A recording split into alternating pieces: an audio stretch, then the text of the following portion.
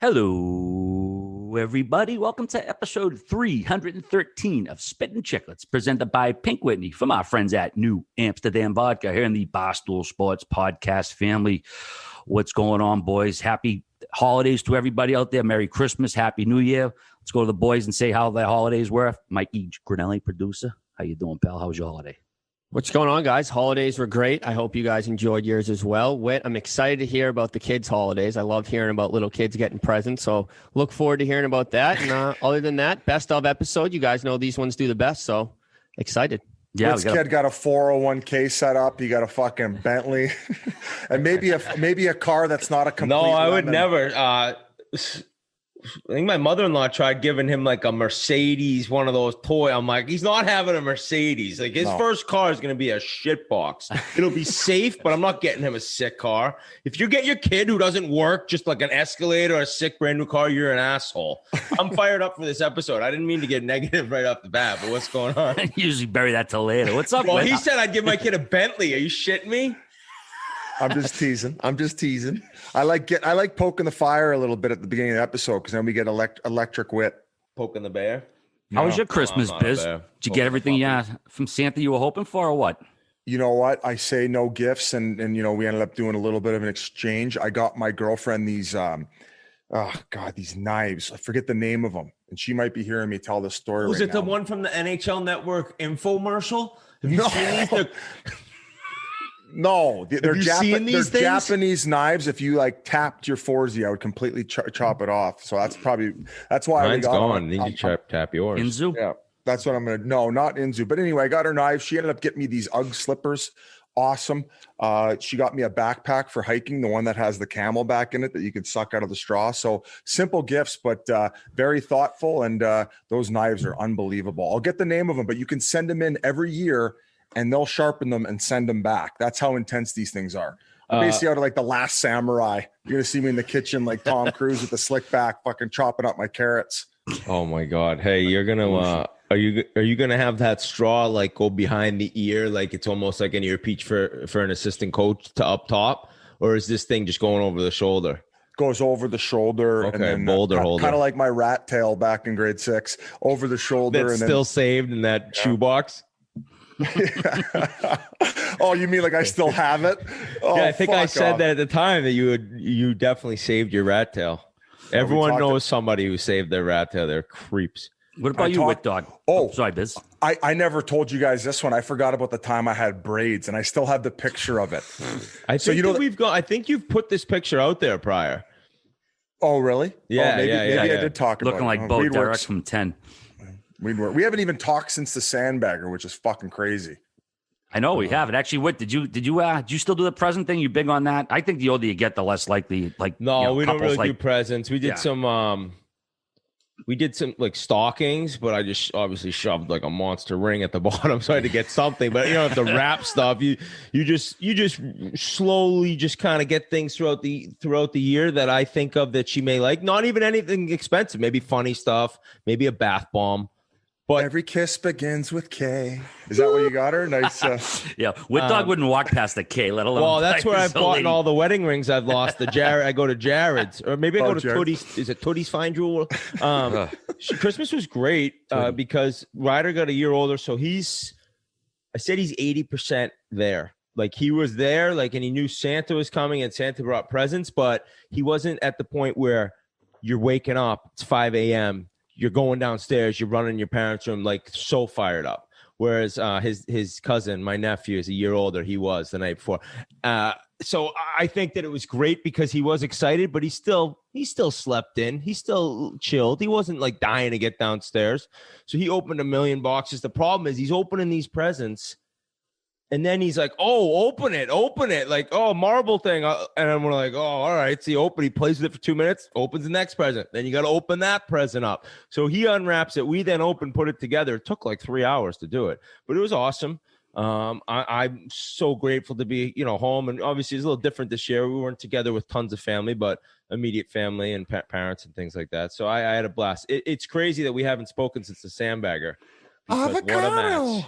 You should just get him weird shit from around the house and pack it up if he's only going to play for it with a minute. Oh yeah, he'll be the one thing you think he'll be all fired up about. He's like, beat it, and then he's playing with the cardboard box that Amazon shipped it in. I was going to say that. I spent all the money they played at the wrapping paper. He's like, in the fucking box. Putting his head in the box. Like, I don't know where that thing came from.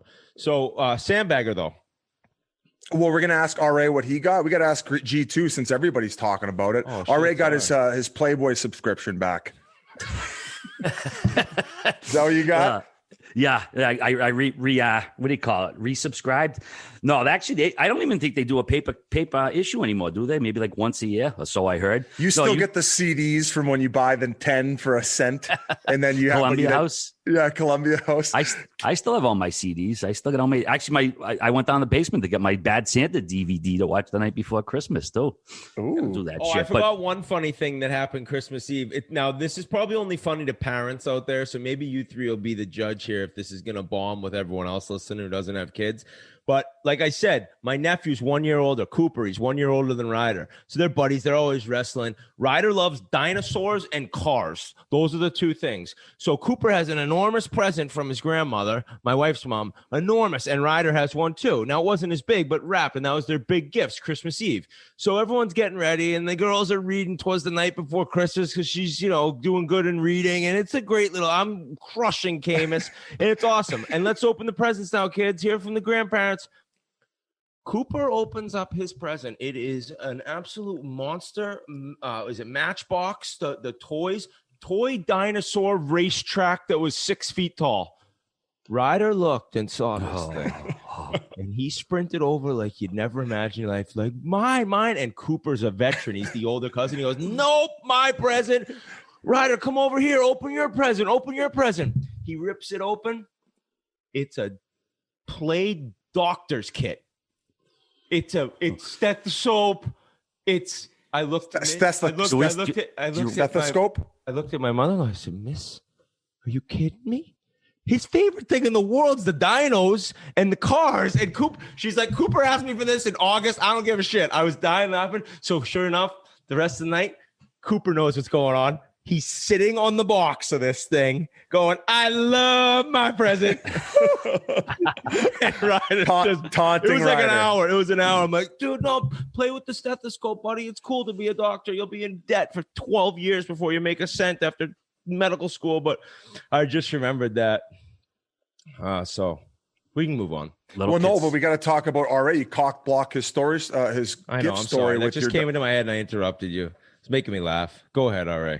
Honestly, I'm not even sure I had a gift story. I didn't really get any gifts. I don't ask for anything. I haven't asked for anything in 20 years, so I get whatever. Anything's gravy at this point. I don't have kids, so Christmas. So when you want something, you go get it. Yeah, that's what I always say to my wife. Okay. Yeah, if I want something in May, I buy it in May. I ain't gonna wait till fucking. Have you ever received drugs as a Christmas present? Yeah, me and my brother probably gave like eights and quarters to each other over the years, and we don't even do gifts anymore. Like years ago, I'm like, dude, like you give me a hat, I give you a hat. Just save the fucking hassle. Like, it's a wash. I don't give a shit. How much Chiclets merch were you giving out though? RA, be honest. Nothing like Whit's fucking old man. I'll tell you that. No, my dad paid for it. But he had a monster order. But people love the merch. It's great gifts. Absolutely. Sure. My brother my brother's birthday was 2 days after Christmas. I had a little family get together yesterday, but the athletic type shit, that don't look good on me. I'm a little chunky. So like I give that stuff to my brother. He's a little more athletic fit than me. So I don't need to accentuate my curves. Some would say wearing tighter clothes while being a little bigger is actually a great look as well. You're just like, I don't give a shit. I'm out here. You're just like, I don't know. I think you could pull it off, all right. If I was built up top like Greg the Hammer Valentine, maybe with accompanying muscles, but I don't even have those. So, hey, Whit, Spittin' 2XLs, Spittin' Chiclets Spanx. All right. RA's look like a fucking Kardashian. An NBD man's ear. Oh shit! Hey, but on a serious note, to everybody who was sending us messages and Instagram photos and Twitter photos of all the stuff you got, whether it was Pink Whitney or the merchandise, Grinelli did an amazing job on the merchandise, guys. He sent us all packages. I actually ended up going over to when I was having a car wash the other day. I had a bunch of this stuff and I'm like, you know what, let's just give it away. So I stood there for an hour and a bunch of people came by, a bunch of Chiclets fans, and was able to not only give away some merchandise, but those Pink Whitney sticks People are going nuts for those. I got those things are what a gift those were. I got so many text messages. Firing those off to everyone. You know what I would compare it to is the Tickle Me Elmo year. Like if you got one, everyone was like, "Wow!" Like they're fighting for it, like the Black Friday sales. You guys weren't around for Cabbage Patch Kids. Like there were like legit riots over those fucking things back in the 80s. There was supposed to be a documentary back then. Oh, they were hideous dolls. They were just one of those phenomenons you can't really explain. And I mean, people were fucking robbing them from stores. There were like people fighting over them and shit. I think my sister got one where if you got the spoon with it and then you went up and it was like the baby would start talking like that was like the innovation at the time that I was growing up. That was about the time that I walked in on her getting thumped by her now husband. By another guy named Paul. The only people she thumps are named Paul. Lots of. Did you guys not have locks on your doors at the Bissonette house between you and your sister? Locks. Mom catching you. I don't think I was allowed to lock my door. Looking back, why do you think I didn't have a lock? I didn't have a lock either, Biz. I didn't have a lock. We got to get Yoli on and talk about like raising me as a kid, catching me. Yeah, I think all the parents need to make it appearance on this pod at some point. Hey, how about this? I was gonna drop off those sticks because I got so many of them. I was like, oh, I'll leave them and then I'll tweet out where they are. I was like, oh, wait a minute. There's 10 nips in there. Like some 15-year-old could read on Twitter and just go pick it up and I'd end up getting arrested. So luckily I didn't do that. And I didn't have any merch left because I hawked it all. I put mine on eBay. Made a couple bucks. Biz signs the merch and then forges me R.A. and Grinelli's signature and then throws it up on eBay. Yeah, Peter Mann's been signing them. Let's talk about the Sandbagger. Another great thing. G helped edit it as well. Last time I didn't say that. We have Chase, Pasha, and G help out, and they help out with this launch too. We had over 11,000 people at one time watching Sandbagger with Yans and Hazy. It was an absolute riot. The chirps were flying. My wires crossed at the end there. I mean, that's as mad as you're going to see me on a golf course. I knew at the time that you were mad. I knew at the time that you were furious. You were trying to hold it in, though. You were dying laughing. Dude, for him to break out the shot clock at that point, the 22nd hole, I was laughing because it was so funny, but I also yelled back as we drove away. It's a scumbag move or something because it was.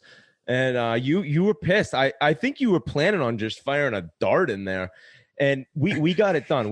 Now I am starting, and this is well deserved. Yeah. This is like the heat I'm starting to catch right now is so well deserved. It'd be compared to like when I was -3 on a home Saturday night hockey night in Canada game in Edmonton. We lost 5-0, right? Like this is how deserved this is. But people are on me about my putting. Yeah. It's let me say this. All year when I was talking golf and people would bitch and whine, I said putting was an issue all year. It would come for a little bit and then it would go for a while. All of these sandbaggers, it has not been there at all because I am never even sniffing making putts. Every putt short.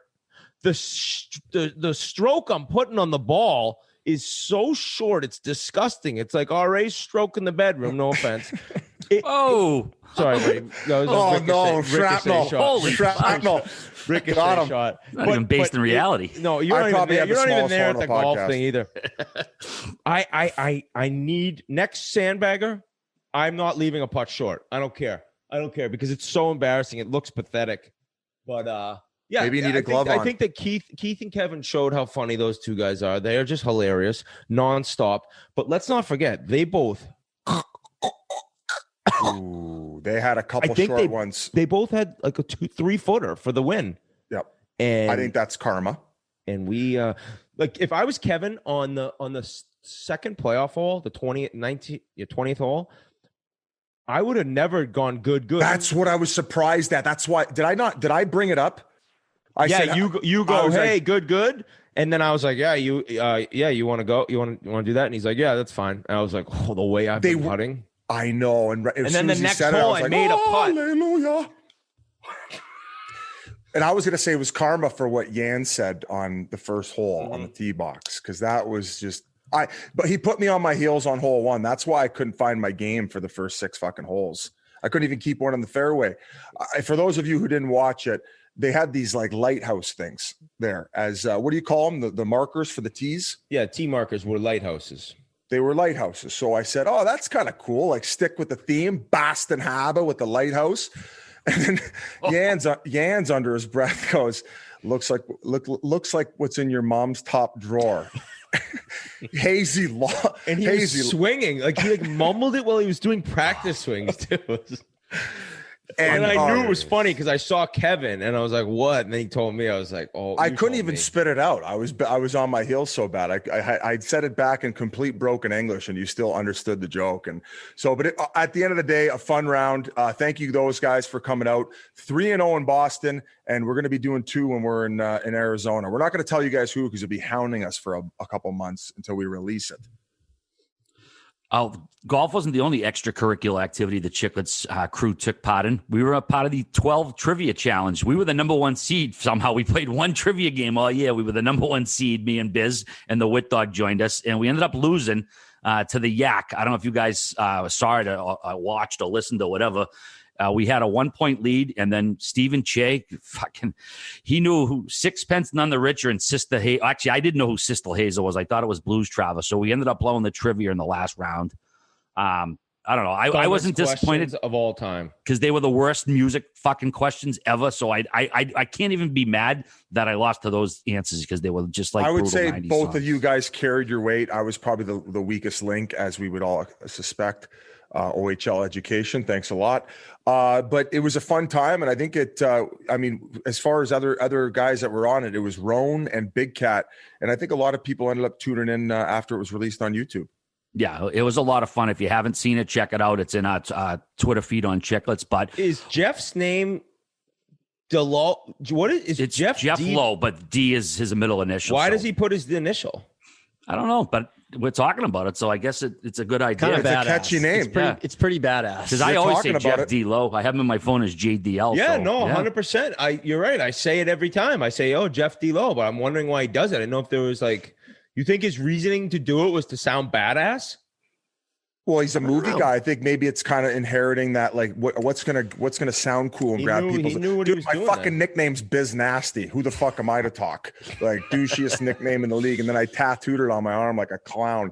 All right, I was gonna. All right, since we brought up Jeff D. Lowe, I didn't get his recommendation on not to watch it. I ended up watching that Midnight Sky with George Clooney. Yeah, hands down, probably the worst movie I've ever seen in my life. Yeah. I couldn't believe it. I was like, why would George Clooney be in this movie? It was the worst thing I'd ever seen. It's funny. He actually texted me right before the trivia and said how bad it was. And a couple other people texted me. So I didn't even bother putting it on. I'm curious if it was worse than Wonder Woman 1984, though, which was pretty bad. Now we're going to get in trouble for that. I'm going to watch that just to make sure it's worse than what the one I mentioned. There you go. All right. Well, moving right along here, we're going to head over to a different segment. We know 2020 has been a brutal year for everybody, but we do have a bright spot here. We get to talk about the best players in hockey from 2020 because we've paired up with EA Sports NHL to announce the 2020 Team of the Year. Out of 36 nominees, 6 will be chosen as the best hockey players of 2020. We're going to have 3 forwards, 2 defensemen, and a goalie. This is for the calendar year 2020, so this goes back to way before the stoppage, includes the bubble and the Stanley Cup final. And today we're going to start by announcing the 36 players nominated. Then we're going to have a Spittin' Chiclets snake draft. And on January 1st, our boy Biz is going to make his award show debut and announce the winners in a special video. But first, we're going to mention the players. I'm going to read them off here. Starting off with centers, we got Nathan McKinnon, Leon Draisaitl, Mika Zibanejad, Sidney Crosby, Austin Matthews, and Elias Pettersson, a.k.a. Petey. Moving on to the goalies, we have Carey Price, Jussi Saros, Carter Hart, Andrei Vasilevsky, Connor Hellebuck, Elvis Merzlikins. Okay, moving right along to the D, we got Ryan Suter, Roman Josi, Ivan Provorov, Victor Hedman, Quinn Hughes, what's up, Pernelli, Shea Theodore. On left wing, we got Dominic Kubalik, Jamie Benn, Mike Hoffman, Temi Panarin, Alex Ovechkin, Kyle Connor. On the right side of D, we got Cale Makar, John Klingberg, Seth Jones, Alex Pietrangelo, Kevin Shattenkirk, and John Carlson. And on right wing, we got David Pastrnak, Patrick Kane, Mikko Rantanen, Nikita Kucherov, Mitch Marner, and Mark Stone. All right, boys. If you saw this last year, you'll know that there was some serious heat going out to the winners. There was some nice custom skates and a goalie mask that our buddy Jordan Bennington wore at the skills competition. So we'll have some more of that. But let's get cracking, see who picks first in the snake draft. If you're not familiar with a snake draft, it's like a fantasy football draft. The last pick of the first round picks the first pick of the second round, and it just continues to snake through, hence the name snake draft. So what's up, boys? You ready to go, Piz? We're going to see who the best GM on the podcast is right now. Absolutely. And we're going to pick from the hat to make it fair. So whoever gets picked first gets to pick which position they want to draft in. So this is the real deal, Whit. All right. So I'm in. First name drawn. Let's see. We have Biz. Biz, where are you going to be picking? I'm going to pick fourth. Oh, he wants the 4-5 action. I like the 4-5 action. Very savvy move. I think you guys are going to be such GM. rookies heading into this one, and I already have a strategy in place. All right. So now we'll pick the next one, and it'll be first if they so decide. Okay. All right. Just letting the listeners know. Next up, we have G. Ganelli. What do you want, G? Take numero uno, boys. You want what first? an idiot. Stepping up to the plate. That's what an idiot. No, it isn't. No, it isn't. Well, let's Yeah. hear it. All right. Next up, let's see who picks. We have RA. So, yeah, I'll pick second. Whatever. I'm not going to make this complicated. Okay, And the Wit Dog will pick third. All right. All right. First overall. G, do you already have pick, first overall teed up? First overall is an easy pick for me, boys. Nathan McKinnon, 25 points in 15 playoff games last year. It's a no-brainer. Absolute no-brainer to me. First overall pick, Nathan McKinnon. Okay. Congrats, Whit, on the victory. Just putting that one right in his lap. Yeah, I mean, I don't know. He's going to wait about 2 hours to pick again, and there's many good players out there. But still, yeah, McKinnon was up there. Everyone knew he was probably going to be the number one overall pick. But where do we go from here is the question with RA. We're going to go between the pipes, and I'm going to go with the local guy. I don't know if it's because I'm in Tampa right now, but Andre Vasilevsky, an absolute horse all year, a horse during the playoffs. He could have easily won the Conn Smythe. He didn't, but either way, he's my first round pick, Andre Vasilevsky. Yeah, I was talking to myself about, you grab a goalie or you grab a superstar center, and I don't know, boys. I'm not going with the goalie. I decided that. I just don't know how you don't go out and you get Leon Draisaitl. You could talk all you want about how much of a guarantee McKinnon was. Draisaitl, for me, superstar. And the season he had with McDavid out, we'll talk to my team at the end of this. 2020. Taking the German. What do we got, Biz? First round. Ooh, putting me at a tough bind here, but I'm going to have to go back to the well where it all began with the Pittsburgh Penguins. I need leadership. I need to control the middle of the ice. What are you looking up like that, G4? You thought I was going Matthews, didn't you? No. I did. You go back to the guy who's been there, done that 3 times, Sidney Crosby. He's going to be my center iceman. So when picking the best team of 2020, you're just picking a guy for what he did in like 2010? Let's keep the draft. He had a great playoff. If you think that Pittsburgh loss was on Sidney Crosby, he brought the noise. Oh, that's putting words in my mouth. I'm saying that you think that you have to convince me that Crosby's one of the best of all time. I'm just saying we're picking for 2020. I mean, I don't know, Biz. Well, I got the next pick. So if you don't mind, I'd like to announce it. I'm going to go Patrick Kane on the right side. So I got Sid passing a Kaner. You know what? I like that pick. But I also like a certain player to have to my right side, another European who, when healthy this past year. Actually, no, I'm going to switch that up. I'm still sticking on the right side, but I look down a little bit, and I'm going with Kucherov. I'm going with the Stanley Cup champ. I'm going with the guy that, along with Braden Point, was the first 2 teammates to have more than 30 points in a playoff since Crosby and Malkin years ago. So right now, I got Draisaitl center and Kucherov as my right wing. Good luck, guys. That's a decent start. We'll see you in the third round late.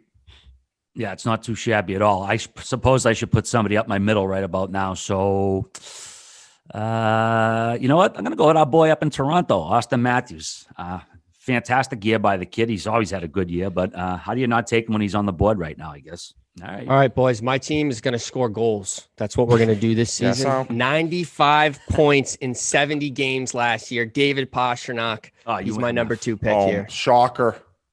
That's who I was thinking. And then we're going to play fast and we're going to score goals. So you got McKinnon and Pastrnak. That's right there with me, with Draisaitl and Kucherov. But I got the cup. All right, I got to fill in. Let's see here. Left winger or right winger? You know what? Doesn't Grinelli go twice? Yeah, he does. Wait, I do indeed go twice. Does. Thank you, Whit. Jesus. My second pick. Snake. I mean, 5 OT games. Recently had him on the podcast. Have to go with Seth Jones. Just an absolute horse on the back end. This guy can't draft, Biz. Absolute horse on the back end. He's probably third on the list on the. This guy can't draft. No, he's all right. You're up, buddy. I'm up. I'm going to take the left winger from the New York Rangers, who's not butchered. Temi Panarin. He's an absolute stud. He's so much more value, I think, than a left winger here. So you just crushed my heart. That was my next pick. You want to get your heart crushed a little bit more? Because I got Draisaitl. I got Kucherov. I'm going to chuck on back to my back end. I'm going to grab a guy named Victor Hedman. How do you do in the playoffs? Hey, 2020, how's the 2020 best team of 2020 doing? Oh, I have 2 of the best players on the Stanley Cup winning team, along with the best player in the league from Edmonton. So thanks for coming to this draft, guys, but I'm all over Hedman. Well, I got back-to-back picks here, and I'm going to compete with your squad here, and I'm going to go Cale Makar, the best young defenseman in the game. Speaking of video games, you might as well be playing a video game when you're him out there. And then going back with the next pick to secure my up front, I got Alex Ovechkin, the guy who's on the cover here of the NHL 94 throwback game that NHL 21 put out. So EA 21, excuse me. So that's who I got. I got the 4 guys dialed in right now, and I'm sitting pretty. Oh, man, not as pretty as the Wit Dog, because now what I'm going to do is I'm going to finish off my D, boys. I'm going to finish off the D. And what am I going to grab? Who am I going to grab? I'm going to grab the guy that had the most points in the regular season by a defenseman, John Carlson, who had 75 points in 69 games. That's over a point per game. This team's decent. I'll say that. Go ahead, RA. Yeah, it is decent. Let me see. Do I want to D it up yet or what? Yeah, you know what? We got that young puck-moving defenseman. I can't resist him on the left side. Twin himself, Quinn Hughes. All right, so going to solidify my defense with the Norris Trophy winner, Roman Josi. Easy pick for me there. Yep. And then I'm picking again, and I'm going to solidify the back end, and I'm picking Carey Price in goal. Ooh, Price. We're going to get a run on goalies. Let's see here. All right. I need a defenseman. I'm going to go with time limit. All right. Yep. Alex Pietrangelo, right side of my D. No brainer. Okay. I'm just going to finish off my team, or not finish off, but get there. So I got the Cup winners. I got Draisaitl. I'll just go and I'll grab the Vezina winner. He played in Winnipeg, guys. Connor Hellbuck. This draft, so I'm not even taking a left wing. I'm gonna play 5-on-4 in this one, boys. Thanks for the title, EA. Send me some stuff. Send me a belt. GM of the Chiclets year. Nice. Biz, you got 2 picks. I'm going to go back-to-back here. I'm going to go probably one of the most underrated defensemen out in the West, plays for Vegas, was probably overshadowed a little bit by the young guns, Quinn Hughes and Cale Makar, but I got Shea Theodore. Okay, that's a pretty silky smooth back end for me between Cale Makar and now, Shea Theodore. I got to pick my goaltender. You picked Connor Hellebuyck, so now I'm forced to go the young route. Elvis Merzlikins will be my goaltender. I know we need a little bit of experience back there, but he's not shy to being thrown in the pressure cooker by John Tortorella. So there's my squad, boys. You took him over Carter Hart? Oh, my God. I think you can't draft. You can't draft. Well, who had better numbers last year? I don't know. I just look at the year. I just think Carter Hart, Philly was so good. I mean, I'm not dogging Dermer's Leagues. I just think the pick was Hart. I think the pick was Hart. All right, Whit, you got, I believe, a left wing, a left. Yeah, I'm not taking a left wing. No, I will. I'll just take somebody just to carry around the other 4 players' luggage because, I mean, actually, you know what? I like throwing teammates together. I got 2 guys from Tampa. I got 2 guys from Winnipeg. The American stud, Unreal Wheels, Kyle Connor, game breaker. Thank you. Wild card. Thank you. That's a good team, Whit. I'm a little jealous. I like my squad, but we'll see how people vote. I got a nice young back end with the great legs. Legs feed the wolf, folks. Just remember that. All right, I got to finish my roster off here with the right wing. I'm going to go with the playoff animal himself, Mark Stone, an absolute beast all season long, especially in the playoffs. So he's going to fill out my roster. And we go with G.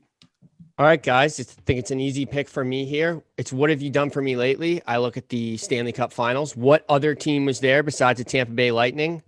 It was the Dallas Stars on the back of who? Jamie Benn. I need a little grit in my lineup, so I'm taking Jamie Benn.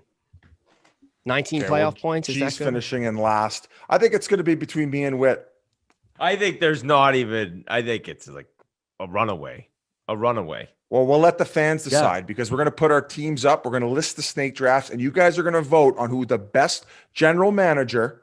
And this is all brought to you by EA Sports NHL 21. And we're going back to 2020 for these picks.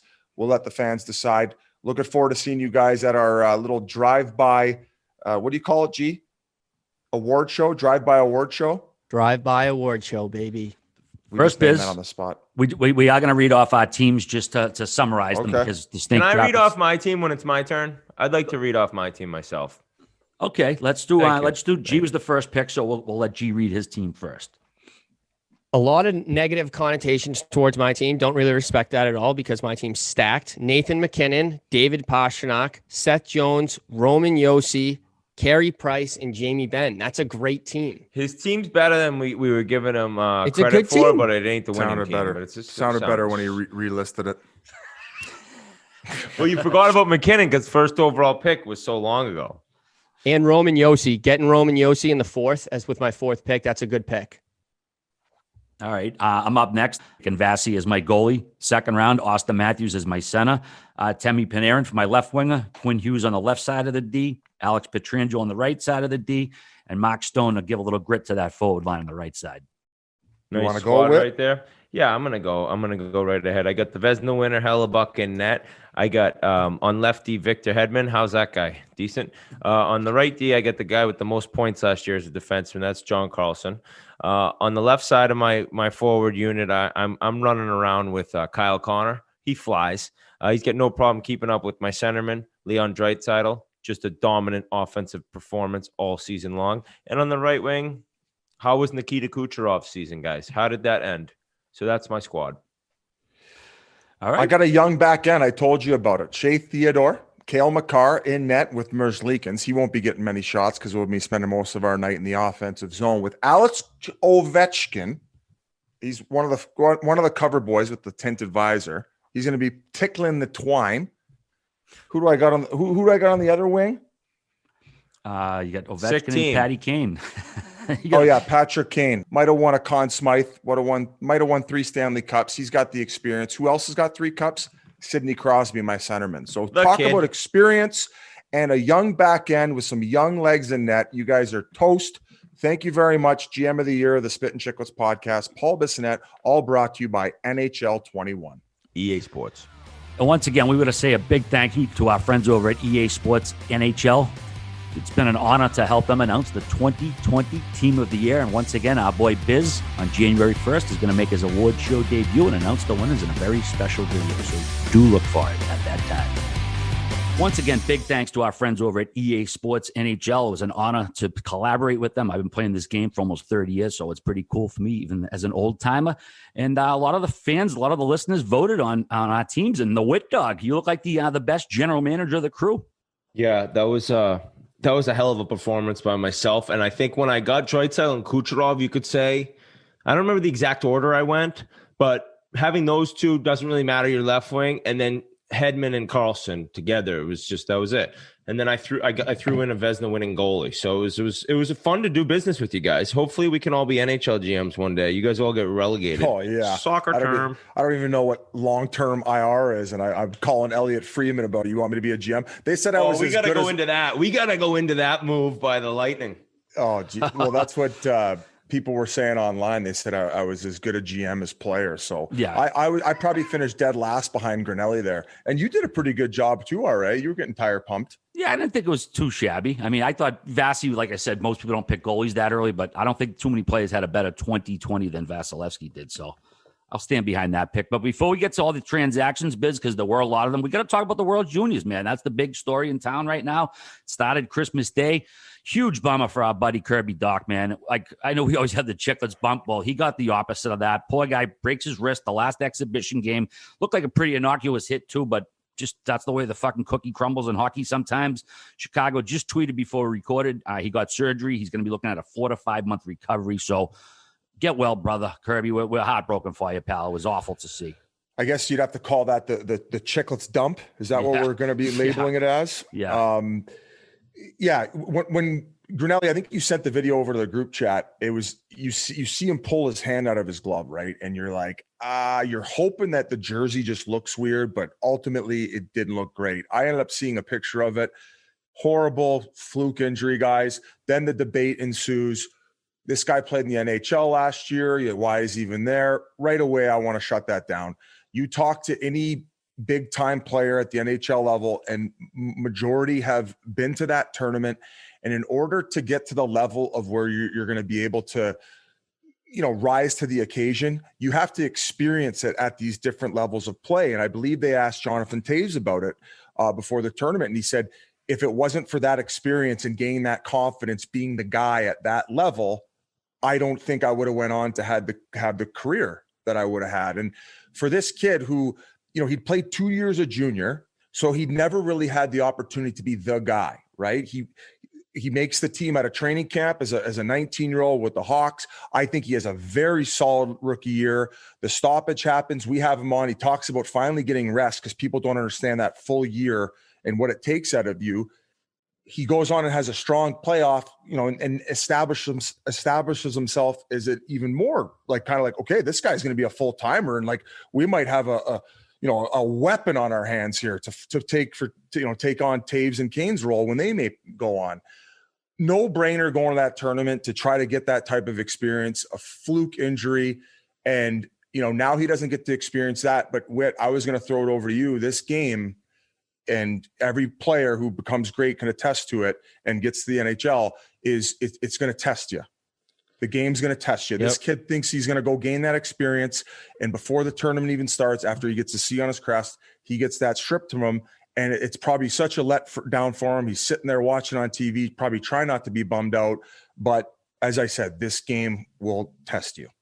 I think that it was so innocent looking. That's what was awkward enough. He went to hit a guy. It didn't look like much. And when you said he pulls the glove off, a lot of times you'll see that if a guy might think he got cut, right, where it's kind of a panic attack. So to do that, something's severely wrong. And that's why right away I was like, felt so bad. And when you talk about the decision of going, and I've seen this argument everywhere, I try to put myself in Stan Bowman's shoes and Kirby Doc's shoes if you're going to look at it. I certainly don't wish like I could have to deal with the issue Stan Bowman is dealing with right now, excuse me. But if you're sitting there and this kid comes to you and he mentioned to us, he called his agent, I want to play, and the season isn't going right. If this was a normal year and this kid starting off and he's playing top two lines, he's not going.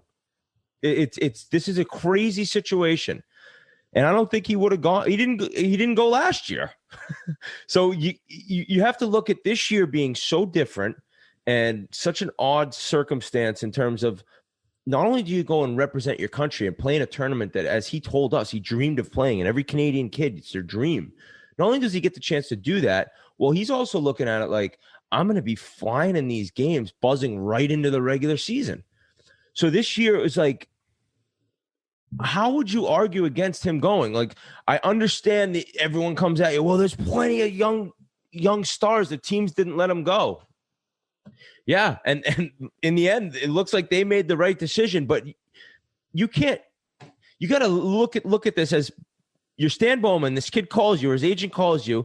You're thinking, all right, well, he could get injured, but like, how are you gonna approach every single situation like that? He could go dominate and then come in and have an unreal second year. It's like, it's so easy after to say that. He's probably consulted so many other guys too and asked these questions. And he's like, and exactly like you said, and I didn't bring up that point, is assuming that he goes there with that team and gains that confidence is already in mid-season stride because he's experienced that. And he takes that confidence from not only last playoff and last season and goes into the season, they have a good start. Well, I mean, dude, as far as a career standpoint, it kind of skyrockets your trajectory. And I know I always go back to that word because it's the longest word I know and I love it. But we've seen it happen a million times. So it sucks for Kirby Dach, such a fluke injury. We're sorry for the Chiclets dump, but all in all, I think they made the right call at the right time, and I like the decision. So, yeah. And as of this recording, the first two games of group play have been concluded. Russia beat the U.S. Christmas night 5-3. It was actually a good game. Russia was up 4-1. U.S. pulled goalie, got within a goal. Russia got the empty netter. Canada absolutely pummeled Germany. I mean, you had to feel bad for the Germans, 16-2. You know, they had the COVID situation. They weren't icing a full lineup. And, if you're a Canadian kid, it's like, you can't stop playing. I mean, you could, like James Duthie, a recent guest said, all you can do is stop celebrating, really. You can't stop playing. Like, otherwise you're not doing your job out there. You just not celebrate. You're trying to get these guys these reps too early in the tournament. It's finally game speed. Let's go here. These guys haven't played hockey for a long time either. And unless I'm wrong, which has happened 5,000 times on this show, goal differential ends up coming into play in this tournament. So, yeah. Dude, light it up, man. This is fucking... You're one step away from the NHL for the most part. All right, you're a step away from pro hockey. You're a little bit away from the NHL. Sorry you guys lost 16-2. It's bad luck that they lost the players from COVID, but fuck, this isn't 10-year-old hockey. Yeah, I also read online someone did say that it goes to goal differential when it comes to head-to-head if it were for positioning. So it's the second tiebreaker? Right. So obviously they're not going to be in a tiebreaker with Germany, I believe. But then take that point away. Right, but that's nor here nor there. Where and that might not be the case. I read it on Twitter, and you know how oftentimes Twitter tells the truth. Asshole 6969. Yeah. But oh fuck, now I forgot what original point I was going to make. Oh, it's the first game of the tournament. What are you going to do? Every guy's got to get their legs into it, and they've been sitting there in their hotel rooms for 3 weeks, all horned up, young, dumb, and full of cum, ready to go and put on a show for Canada. And the only thing that the only issue I have with that game is to try to figure out a way where in this tournament it's more competitive, because you're waiting for Sweden, Russia, Canada, US, Finland at the end. So I don't know if you make the tournament smaller, that's unfair to these countries who get in. But I've been watching, and it's been great hockey. I mean, Russia lost last night to Czech. The Czech goalie was out of his mind. The Russia game, first we can go over Canada, the shit pumping of Germany, and then they played Slovakia. I'm watching the game. That was a hell of an effort by Slovakia. By the way, I heard on the broadcast they haven't had a first rounder in 15 years, the country of Slovakia. I was shocked by that. Who was it? Who was the last one? No clue. Didn't look it up. Just heard the stat. I'd get shit for that if I brought that info and didn't have the guy. Anyway. No, dummy. You know what you do? You would have asked the question that you just asked after saying what I said. That's what you would have done. So fuck off. And the other thing about Slovakia that was incredible, they won the World Championship in 2003, and in 2002 they didn't even get the chance because they were they had to play in to get into the Olympics, and they weren't allowed to bring their NHL players, or their NHL season was going on, so those guys couldn't play. So they never even got into the 2002 Salt Lake City Olympics. But that's a hockey nation that showed up against Canada. I mean, to lose 3-1 with an empty net. Canada, I watched that Bowen Byram. Guy's amazing. And so is Drysdale. Those two are playing together. It's like, how are you supposed to get the puck away from either one of those? They'll break it out with ease every time.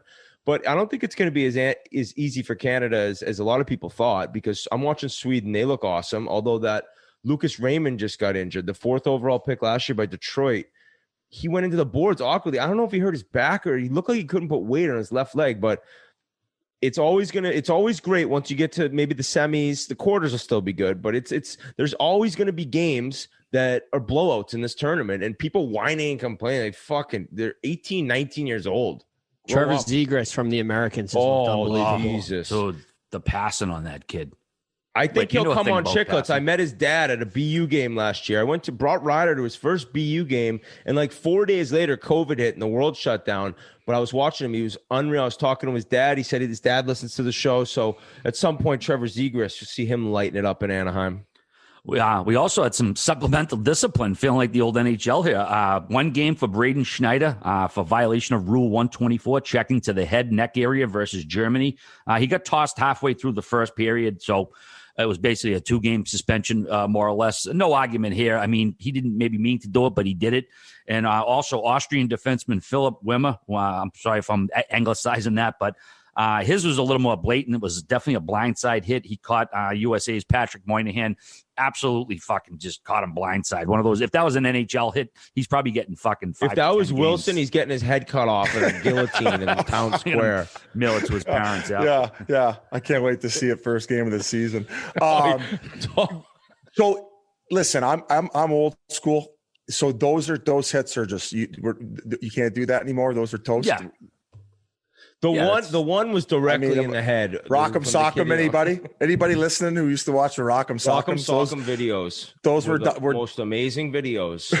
You could sit there and watch them for 7 hours in a row. The same one. He used to always talk about. We should start a new one. Rock'em Sock'em. Rock'em Sock'em. Boom! Trademark it. Yeah, it's gonna fucking snap. Jeff, get the domain covered. Hey, one other little touch I've noticed is the linesmen, at least a couple of the games, their first puck drop, one of them come up and says, "Hey, let's do that hockey." Like just when you thought that phrase was worn out, that guy might have made it cool again. And then it might have been the same linesman. He says, "Shake and bake." He dropped the little Ricky Bobby line out there. Just goofy little touches like that. I think those are fun, man. Who's the NHL guy always doing it? Always. I'm Wes McCauley, the referee. McCauley. Yeah, he when he's giving like the calls on the mic. Or Maybe whatever. He's trying to be the next Wes McCauley. I mean, people are going to know his name after he's barking at the players. He starts talking. He's like, "Hey, guys." Wes calls him out. Yeah. Oh, about stealing a shtick. Battle of the referees. Wes. We glanced over my first glimpse anyway of is it Stutzel, the first player, the first pick to Ottawa, his tape job.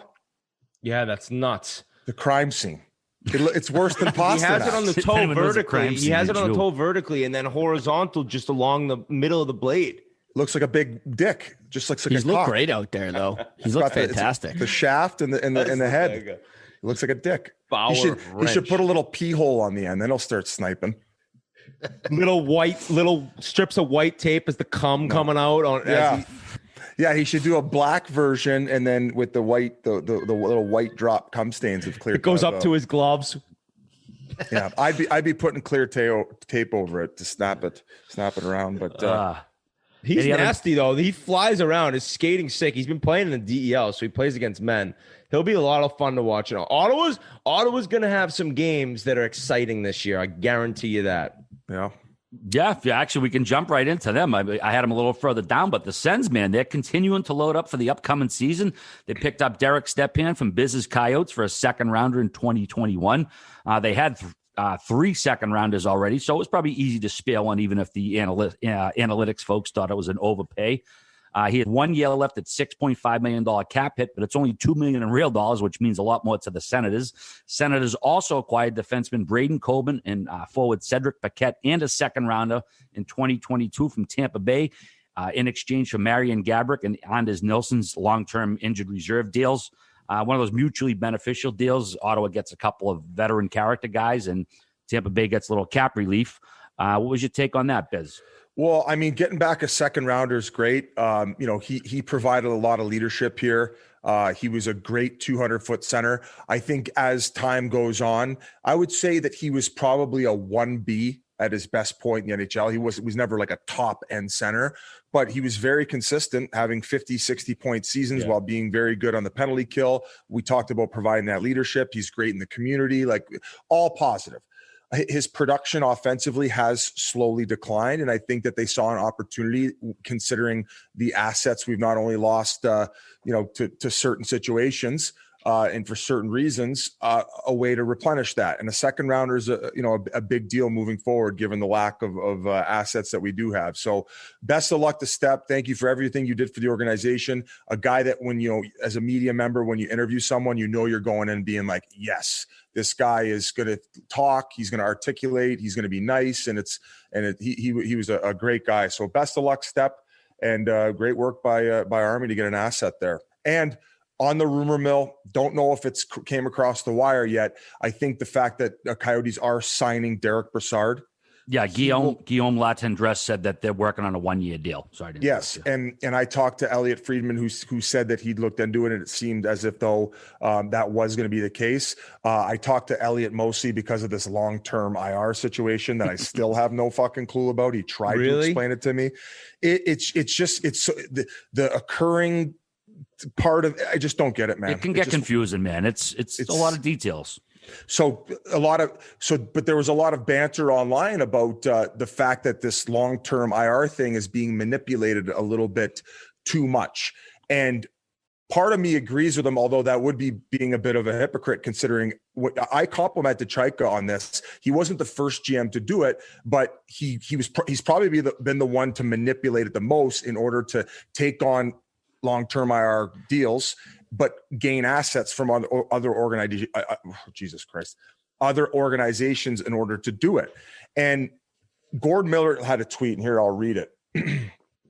So we'll be here for another 6 hours.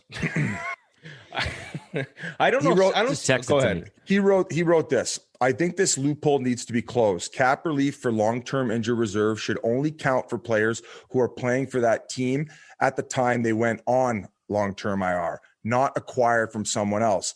It's legal, but it's cap circumvention. So you're seeing a lot of these GMs right now play cap. What do they call it? Cap gymnastics. I kind of like the term. It's silly.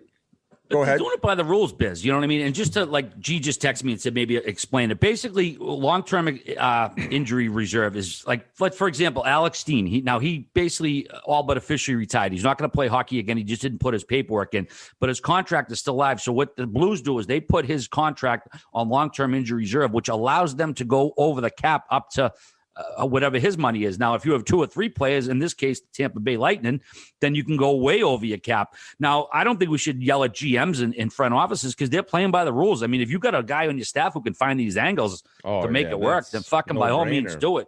Go ahead, Biz. Well, so I agree with you. I saw his point and I was like, okay. And then after I talked to Elliot Friedman, he brought up the point of like, well, considering the cap hell some of these teams are in because of the pandemic, this would make for a very difficult log jam.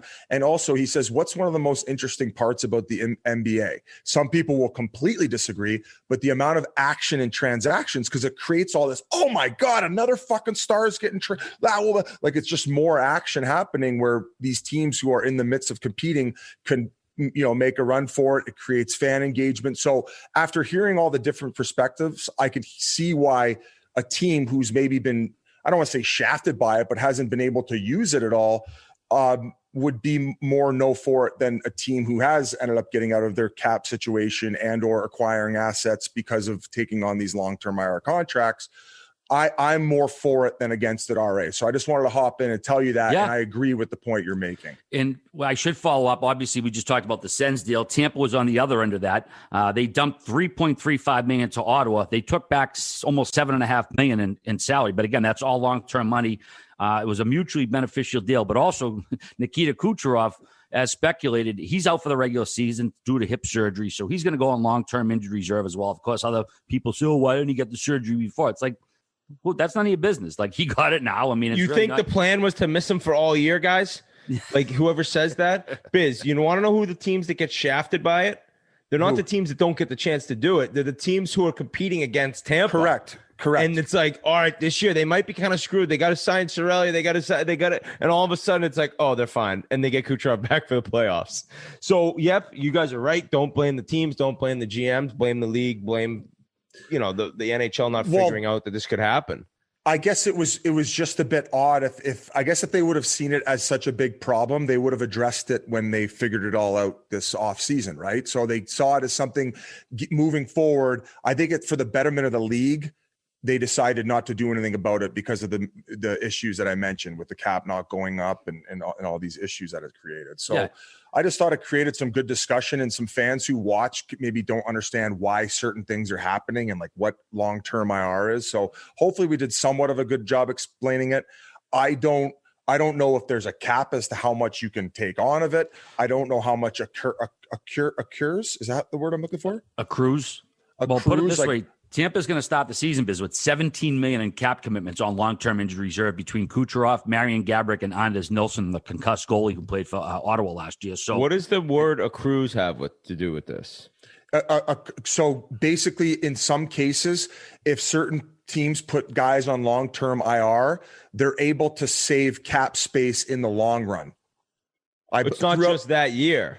I believe it's throughout the course of that season. So this is once again where I have no fucking clue what I'm talking about. I just think I may have somewhat understood it. We're gonna have to bring Alan Walsh back to explain this to our audience. But obviously, we're talking about Tampa Bay. We also have to note they re-upped a pair of 23-year-old restricted free agents in forward Anthony Cirelli and defenseman Eric Chernak. They also signed defenseman Jan Rutta, who was UFA but opted to stay with Tampa.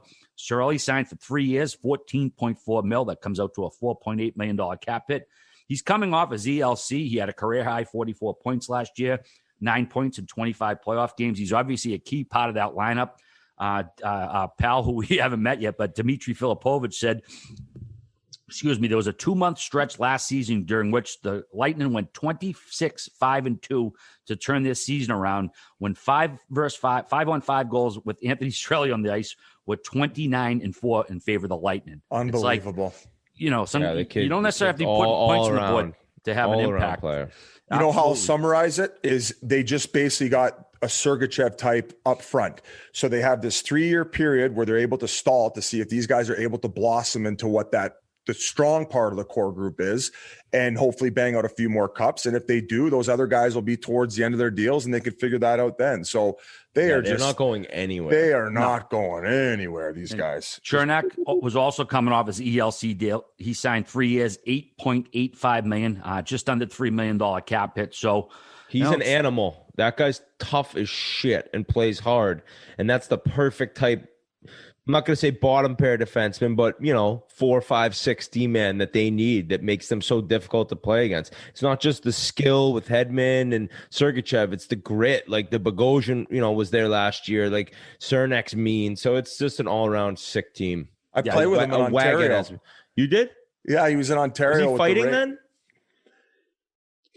No, I don't think he understood the language very well. I think he just came. You told me this once. I remember that. And I didn't know. I didn't know if he was going to end up developing, but then I saw him play for the Lightning. I'm like, oh no, LA gave up an unbelievable prospect. This guy, he was like Drago though, 6'2", 6'3", just built like a brick shit house, very mobile. I just wasn't sure what was going on between the ears, but he's obviously figured it out.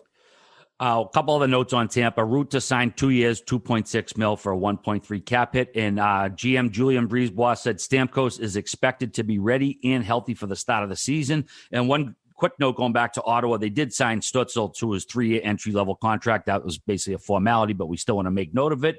Speaking of free agency, the last big forward name in the market, well, the guy who everybody was waiting to see what he did, Mike Hoffman. He signed a PTO with the Blues. He will be in camp January 3rd.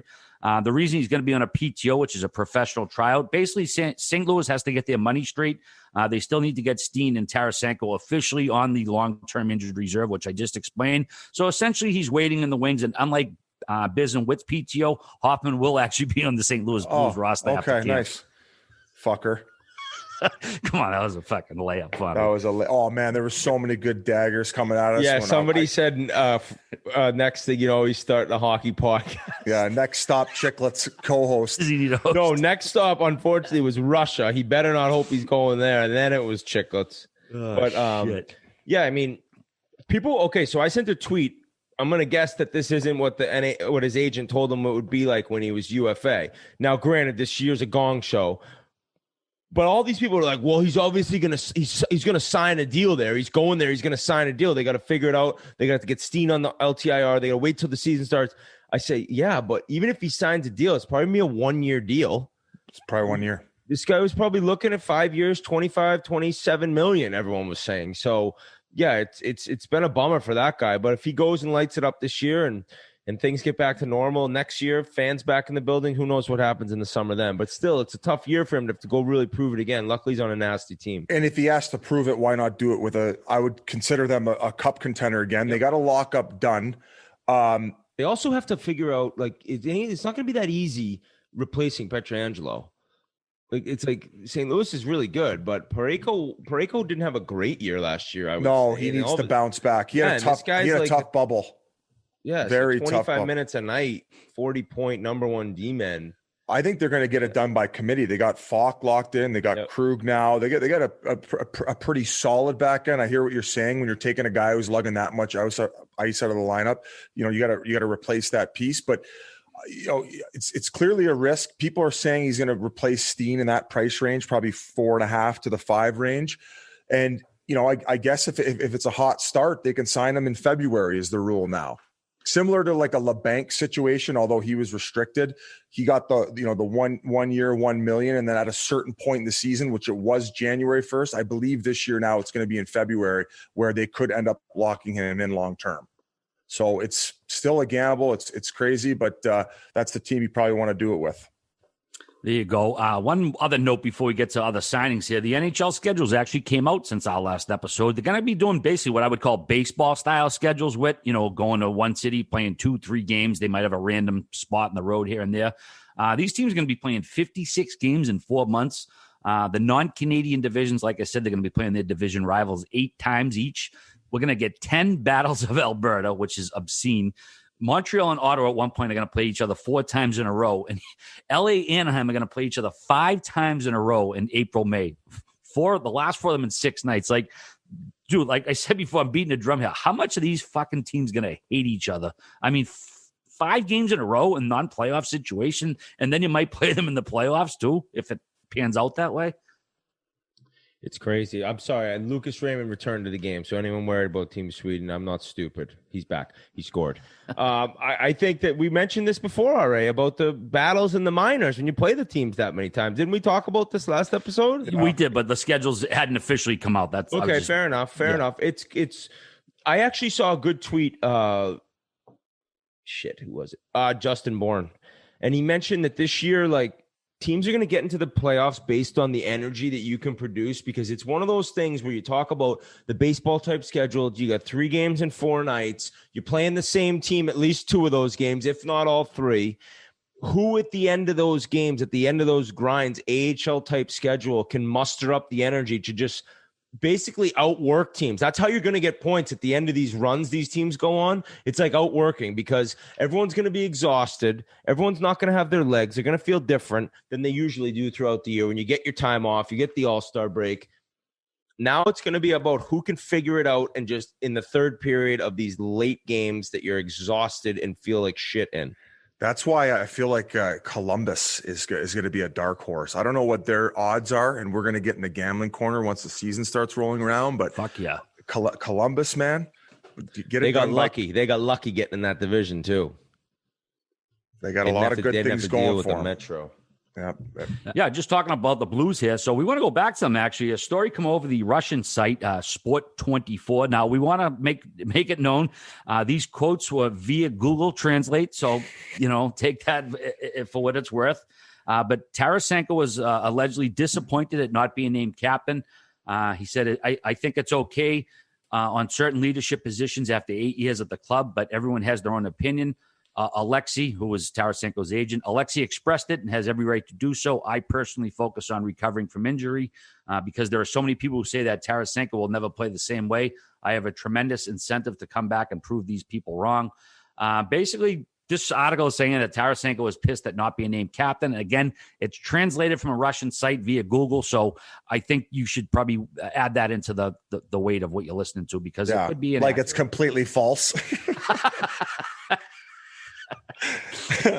Quite possibly. Yeah. I mean, no words, not mine. He was actually saying, like, I'm so happy O'Reilly's captain. What a choice. Yeah, exactly. Yeah, the complete opposite.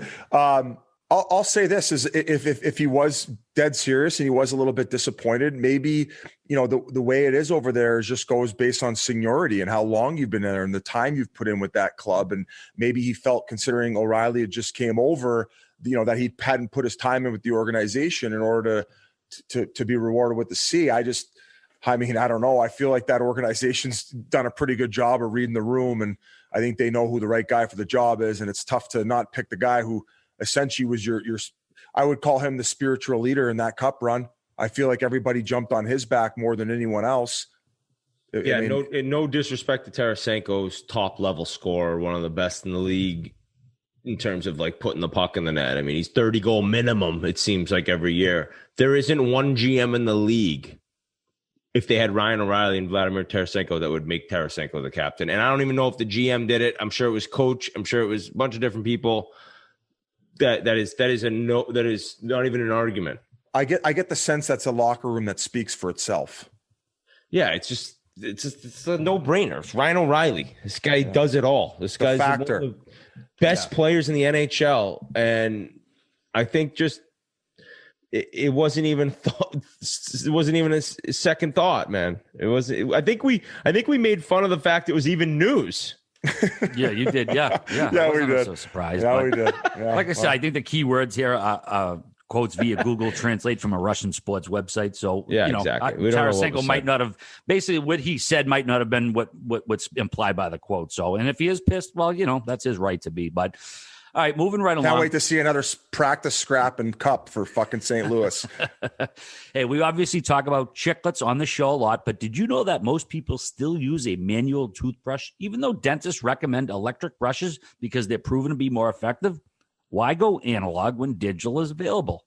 That's why you want to get yourself a Bruche electric toothbrush. I love the just left the dentist clean feeling after I used my Bruche on my choppers, not to mention the long battery life.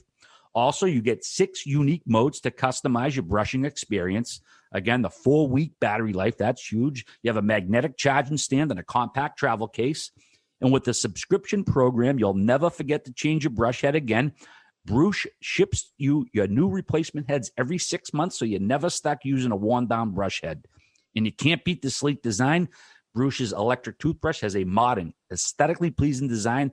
It comes in trend-driven seasonal colors. Biz loves those. And it looks great on your bathroom counter, of course.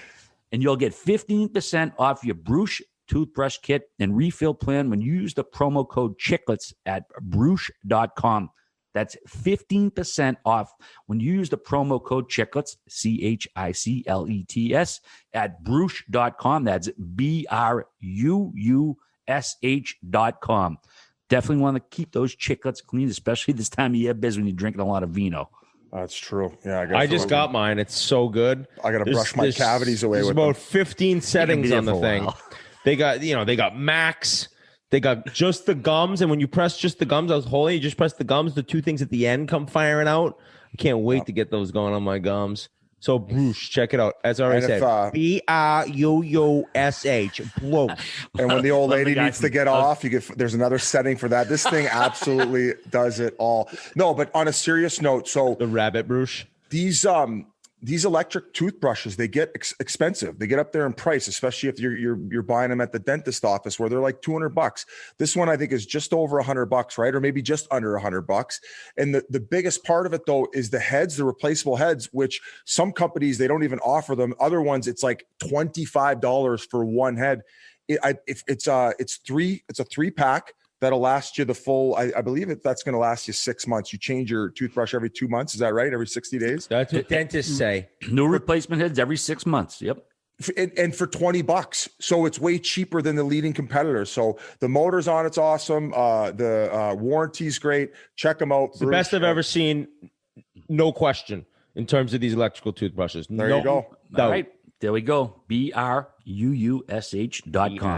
Promo code Chiclets. BRUINS. Oh, shit. This is I love the guy moved fucking 20 miles out of the city making fun of city accents over here. All right, boys. A lot of signings since the last episode, so we're going to run through them here. Montreal signed a pair of veterans, Corey Perry and Michael Frolik, to one-year deals worth $750,000 apiece. Hey, look, last year, Corey Perry had 5 goals during the regular season. Everyone's saying he's all done, blah, blah, blah. Guy was a monster in the playoffs, scored 5 more goals in the playoffs, tremendous leadership, got his nose in dirty everywhere. And you got to think, man, if the Canadians can snag a playoff spot, who else would you rather have come playoff time than a guy like the Worm, wet dog, eh? McDavid. I mean, I'm talking for a fucking $750,000 signing. GM of the year, Whit. There he is. He's buzzing. Oh, yeah. I love the signing. And I read right away that Toronto really kind of was looking at Perry. They ended up with Wayne Simmons, and look at the. I'm sorry, Montreal. Excuse me, Montreal was looking and wanted Wayne Simmons. He goes to Toronto. They end up getting Perry for way less money. So I think that if you look at his regular season, you might say, I don't know, is he done? But he's a playoff type player. He's always been able to kind of elevate his play once the springtime comes. Now, before in the regular season, he's winning MVP, scoring 40, 50. He was no doubt dominant player. Now it's different, but just getting to the playoffs. I don't know how much he'll do to help you get in, but once you're there, look out.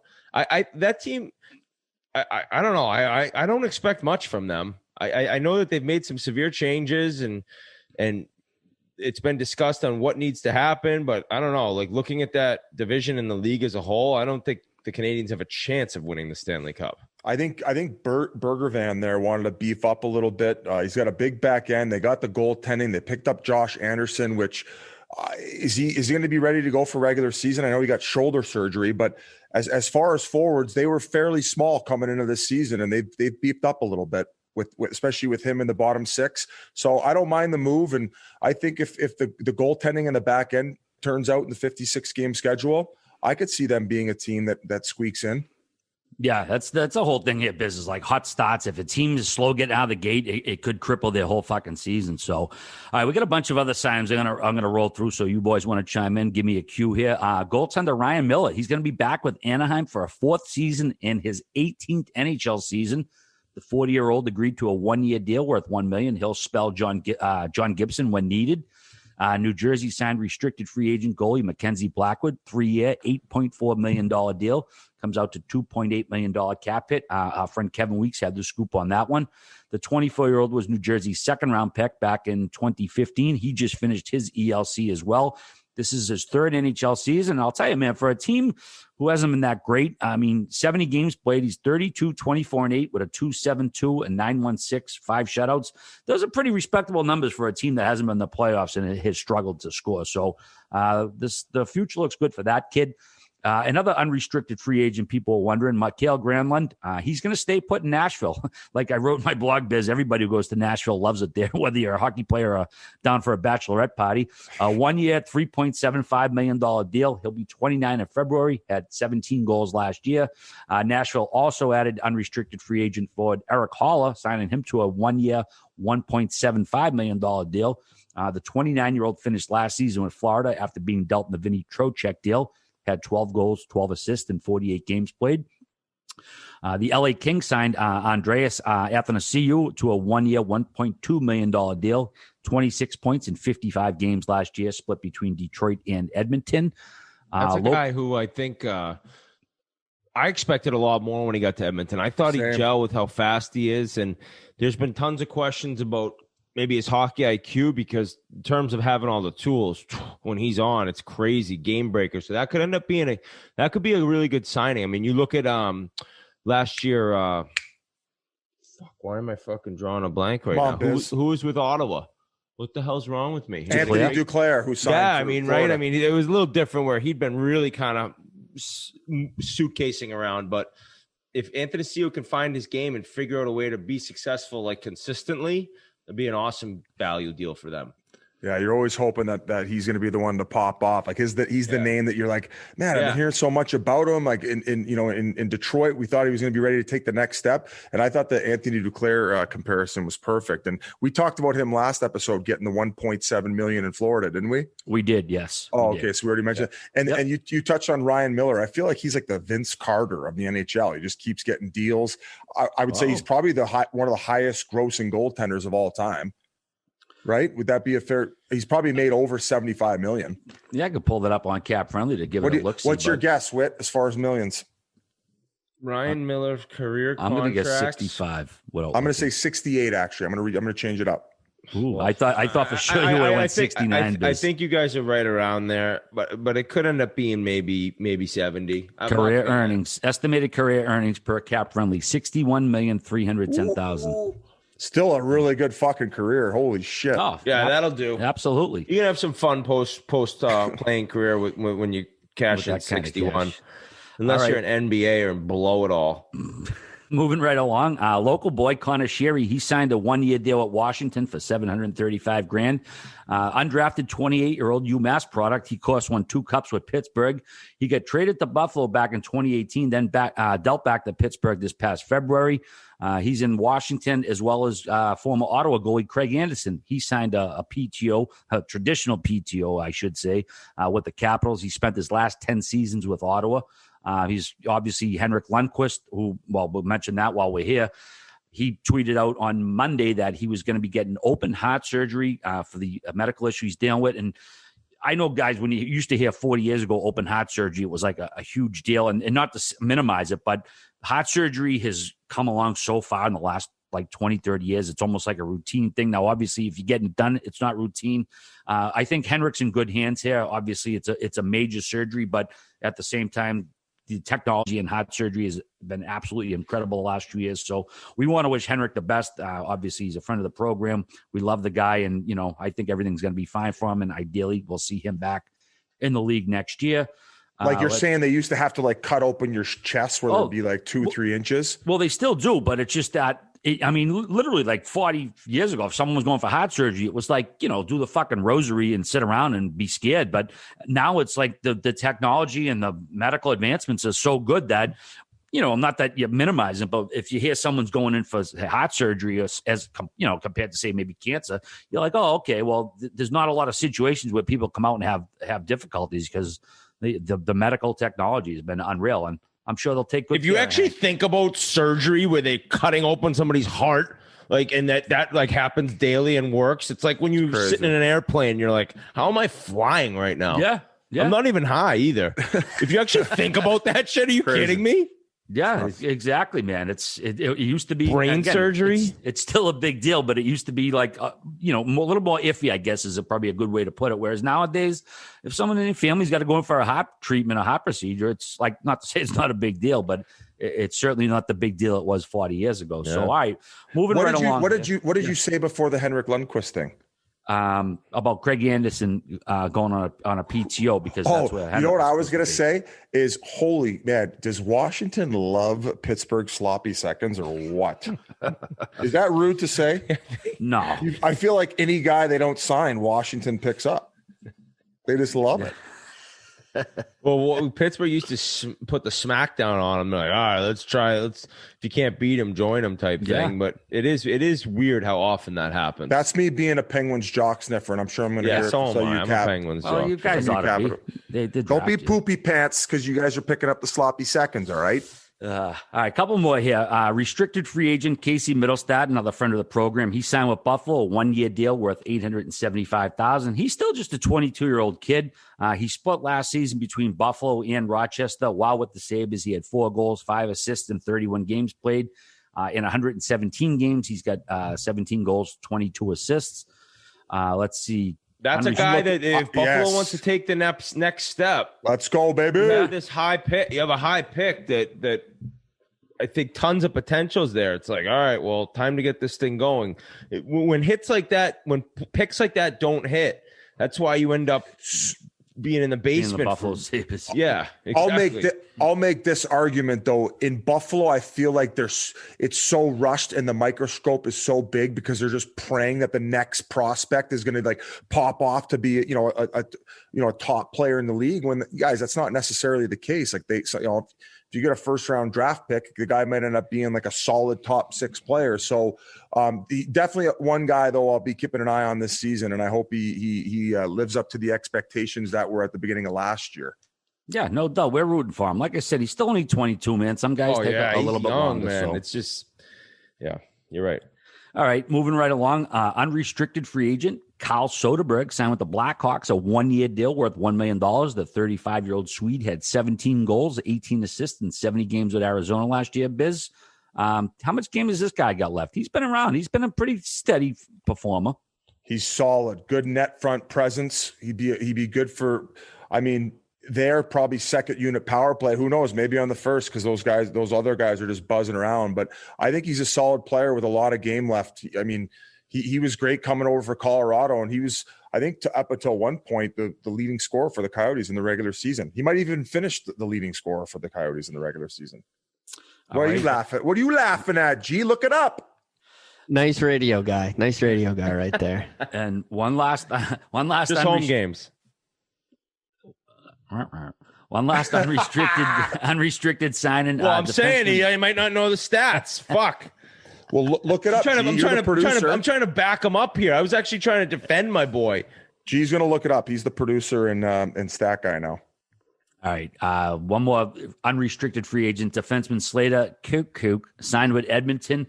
26-year-old had a goal and 9 assists in 42 games played with Chicago last year. That's the last of the unrestricteds I have here. A couple other notes. After returning to the NHL for 2 seasons, Ilya Kovalchuk went back to Russia. The 37-year-old signed a 2-year deal with Avangard Omsk. Is that how I say that, Whit? Yeah, that's pretty good, actually. Thank you. He split last season between L.A., Montreal, and Washington. And Biz, we got to give credit to the Bergevin here. He signed him in January. He put up 6 goals and 7 assists in 22 games played. Then Bergevin flipped him to Washington for a 3rd rounder in 2020. And then Montreal used that 3rd rounder to bring in Jake Allen for a little backup for Price. So that's why sometimes moves like, what's this guy doing? It's like, well, I'm going to add an asset here and hopefully he'll do good and we can turn him into something. And that's what the Bergevin did. I love the Bergevin. He's just cranking weights right now. 2 a days. Getting a needle shoved in his ass. He's on the Russian gas. He's probably got Markov flying the stuff over. Jaromir Jagr, who is 2 months older than me, the old guy on the podcast, he's still at it. He's playing at 48 years old in the Czech Republic for his hometown Kladno. He's got 24 NHL seasons, 4 in the KHL, 9 in the Czech League, 154 international games. I mean, it's Jagr, man. It's like this guy. I think he'll play at least 60 if teams keep signing him. No, Biz? I think he'll play until he can't get a contract. Really? Yeah. Like in any, maybe not in any league, but he'll be in the EIHL when he's 75. playing for Nottingham. Yeah. I'm in Cardiff. I'm going to revive my career, go back at him. We're going to be like those. Gets you 10 goals. Remember the video of the 2 former CFL guys coming out of, I think TSN aired it originally, but they must have had like an old rivalry, but they're like fighting with the canes on stage. That's going to be us in the corner battling for pucks with the fucking our those four peg strollers. Oh, with the tennis balls on the bottom. Yeah. Like the guy from Family Guy, the old guy. Does he how do you talk like him? The old guy from Family Guy.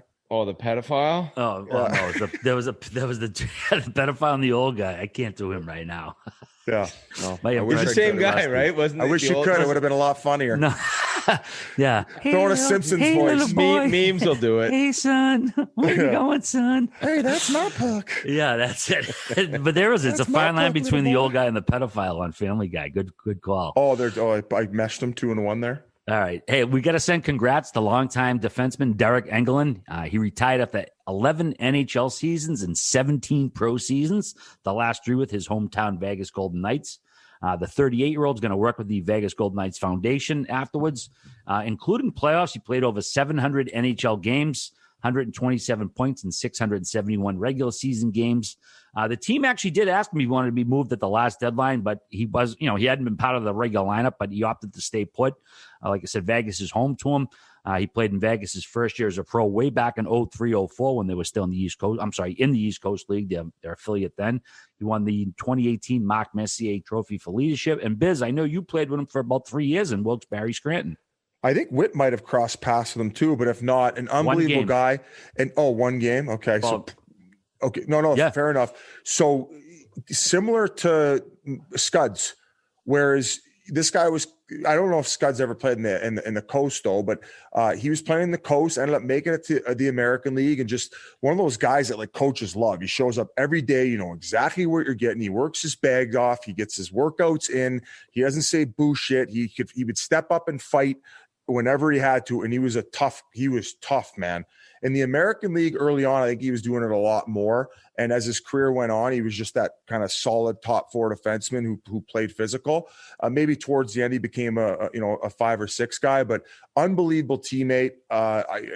He turned his career from what I thought was going to be a career AHLer to an unbelievable 700 NHL game career. And I couldn't be happier for the guy, and a great teammate.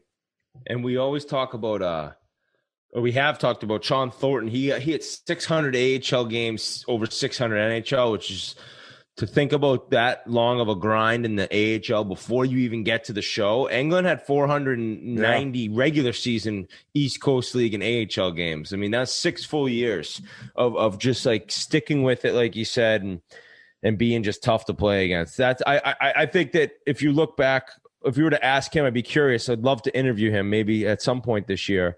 But if we could ask him, like, what do you think? What do you think had made it so you could last that long? It's probably being a great locker room guy and just being so hard to play against. Like, that's a consistent thing for him. You never want to be on the ice against him. He'd fight anyone too. He didn't give a shit. I've actually fought him when I was with the Coyotes. How'd I asked him for one. Well, I survived. I was happy. So congrats, Ego. We'll get you on the pod. We're actually going to head to Vegas at some point, so we'll get him live for a sit Absolutely. Down. I think the 18 Messier trophy, that's a feather in a cap. Usually a guy's like that, a more named guys. No disrespect to Derek. He wasn't, a Conn Smythe or a fucking Norris Trophy candidate, but the fact that they recognized what he did in Vegas that first year. And I also, was nice. We should mention, I think one of the most memorable moments of his career is when he gave that speech after the shooting. Unbelievable.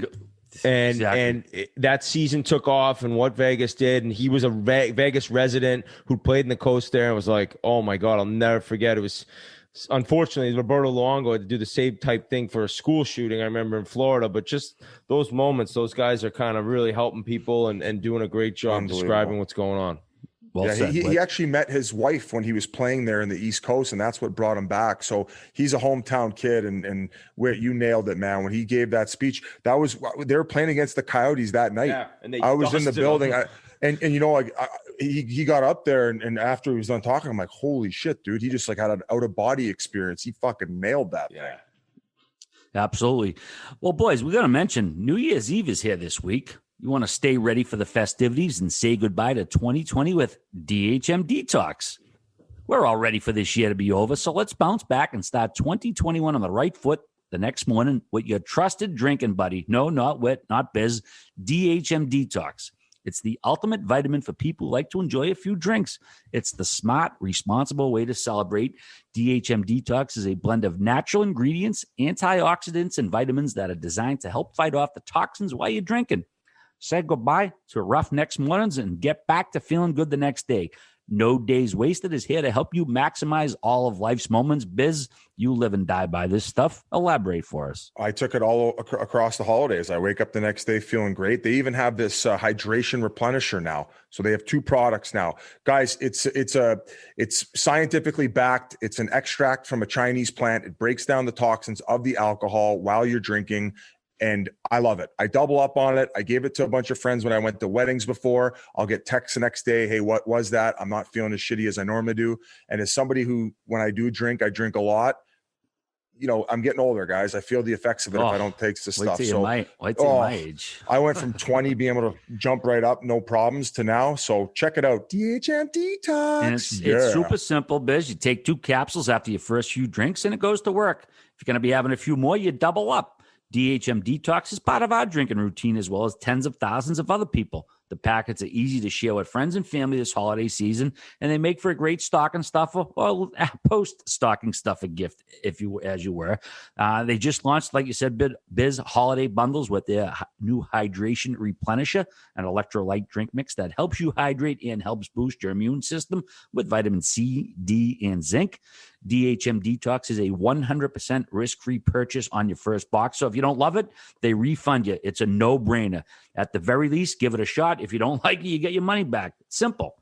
We're going to hit you guys with a promo code. Just head over to nodayswasted.co and use the promo code BIZ20 for 20% off. That's nodayswasted.co for no days wasted after drinking with BIZ20. Do like I do. Take 9 packs and then send back the box. And then you just get sign up for new credit cards and get my money back. Yeah. So what are you shaking your head for, G? You have to take that out. DH, I'm going to be pissed. That is a you shut move. up. I wouldn't that is do a that. you move. You know, I'd take about 4 or 5 out of that, though. He's got a good working relationship with them. So, yeah. All right, moving right along. We got some great news for the ladies who play the game. The Isobel Cup is going to air on NBCSN. It's going to be the first time that women's pro hockey will air live on a major U.S. cable network. I mean, that's huge news. I mean, we've obviously seen the Olympics over the years, but to have women's pro hockey on NBCSN is great, especially our friend Kelly Babstock. Proud to say I coached her up at come on. Really? You're going to say that? You're going to tell? Absolutely, guy. I mean, she's going to be playing for the Isobel Cup. I coached her up at Lake Winnipesaukee and Muskoka. It was a true honor. She's the honey badger, man. Yes, she is. What did you tell her to do? How did you coach her? In what way? I told her, honestly, I said, Kelly, honestly, I'm not even bullshitting, but I said, just keep doing what you're doing. I said, because, you're fucking forcing these guys to play better. Oh, you're taking this serious? No, yeah. She was, I legit, because, those guys, she's obviously a pro hockey player, but she was the biggest bulldog on that team. And I was like, just do what you do, and these guys are going to follow you. And that's what happened.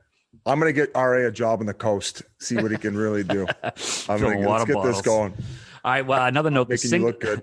The single elimination Isobel Cup series, ISO Cup semifinals are going to be shown live Thursday, February 1st at 5:30 p.m. and then 8 p.m. The winners of the semifinals will advance to the final on Friday, February 5th at 7 p.m. In addition to NBCSN, the live coverage will also stream exclusively on NBCSports.com and the NBC Sports app. So by all means, check these ladies out. The ladies game has gotten so good in the last 25, 30 years. It's great hockey. I don't know if the schedule is going to align, but we should do like a live streaming of watching a few games. I don't know. I mean, it wouldn't be a bad idea to gamble on them too. That'd be a blast. No. So maybe we can get our fan base. Definitely, Whit. Definitely. Prop bets. We'll get it going. So congratulations to the ladies. Well deserved. Absolutely. All right, let's scroll along. A few more notes here. Yotes. The Yotes fans biz. They're going to be allowed in the building in a limited capacity to watch games. They haven't put a number on it yet, but I'll let Whit make the fucking obvious joke about crowd. None of that. Grinelli, if they say anything, we're cutting it out. He's got the look after he got shot clocked by Jans.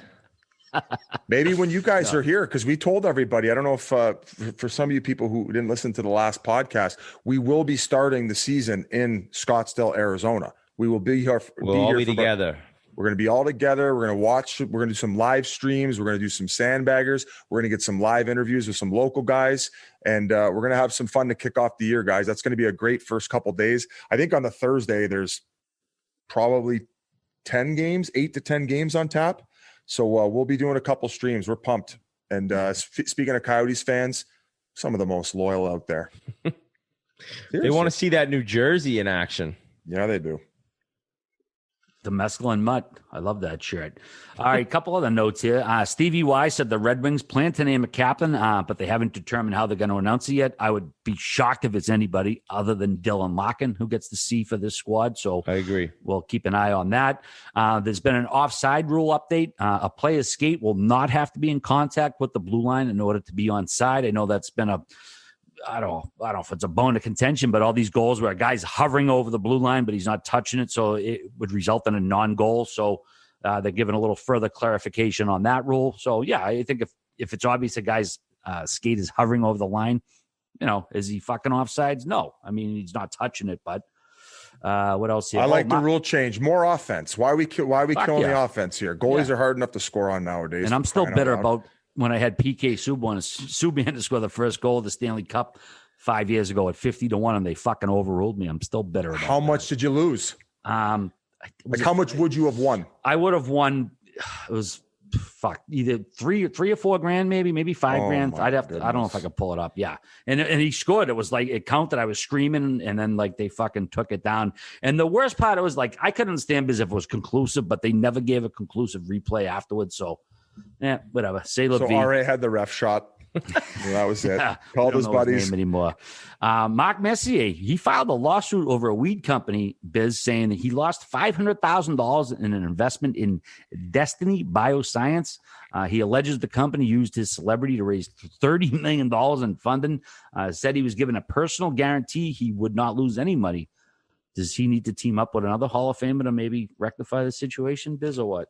Who? Stevie Y? Stevie Bong Rips? Not the ones that I'm affiliated with. Fucking the weed industry is popping right now, man. It's going crazy, especially in the United States. Canada, it's a little bit difficult because of the restrictions, and they need to figure it the fuck out because it's embarrassing. And because I like smoking dope. I want to kind of get a little thing going in Canada. Seth Rogen tried to, and they cock blocked him. So now, really, yeah. So the loophole is, and I think him and Snoop are the only names that are somewhat associated to anything in cannabis relation north of the border, but they do it to where it's their company. They talk about it in interviews, but they can't promote it. Seth Rogen doesn't even follow his account. So it's kind of this odd structure, and there's no branding allowed in Canada. So it looks like a medicine bottle because they deem it as medicine. That's how it all got legalized. But in remember how hard it was to get Pink Whitney in? Imagine how hard it is to get weed going there. Yeah, so I mean, ask RA. He probably has it figured out. No, he just drives over the border with pounds taped to his car. Yeah. Yeah. What? So I don't even know what brought us to that. Oh, because Messier ended up filing a lawsuit. Sucks. So that sucks. I mean, they raised $30 million in funding. I mean, he's basically saying, I put some dough and they told me I wouldn't lose any, and now I'm fucking suing you. I think Messier probably knows, like, if you're investing in a company, there's risk involved. But unless you, somebody could promise you that you won't lose any money, but unless it's in writing, it's like there's always some sort of risk when you're getting involved. Let's get him on to talk about it. I'd love to hear. Yeah, hey Mess, I don't want to talk about your 17 cups. Let's talk about your $500,000 you lost on that weed company. I got more in common with him on that side of it than I do the hockey ability, for crying out loud, right? All right, me and you are in the same boat with that, so you should be joining my squad. Definitely in the same boat as far as weed smoking. I would fucking imagine at this point. Unfortunately, Mark Messier might not be the only NHL or a former NHLer to get fucked on a money level.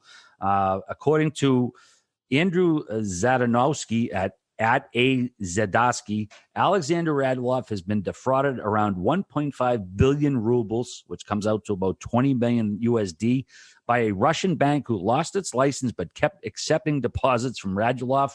It was some Russian site. Again, I can't vouch for the veracity of it. Sergei Tashkov, a lawyer for the Stars forward. I'm sorry, I said striker like he's a soccer player. A lawyer for the Stars forward in the Russian national team. Radulov said the hockey player was deceived by the bank to which he transferred his salary. The quote here, Sasha is coming to Russia this year. While the quarantine is in place, we are trying to understand the documents and understand this is a banal deception.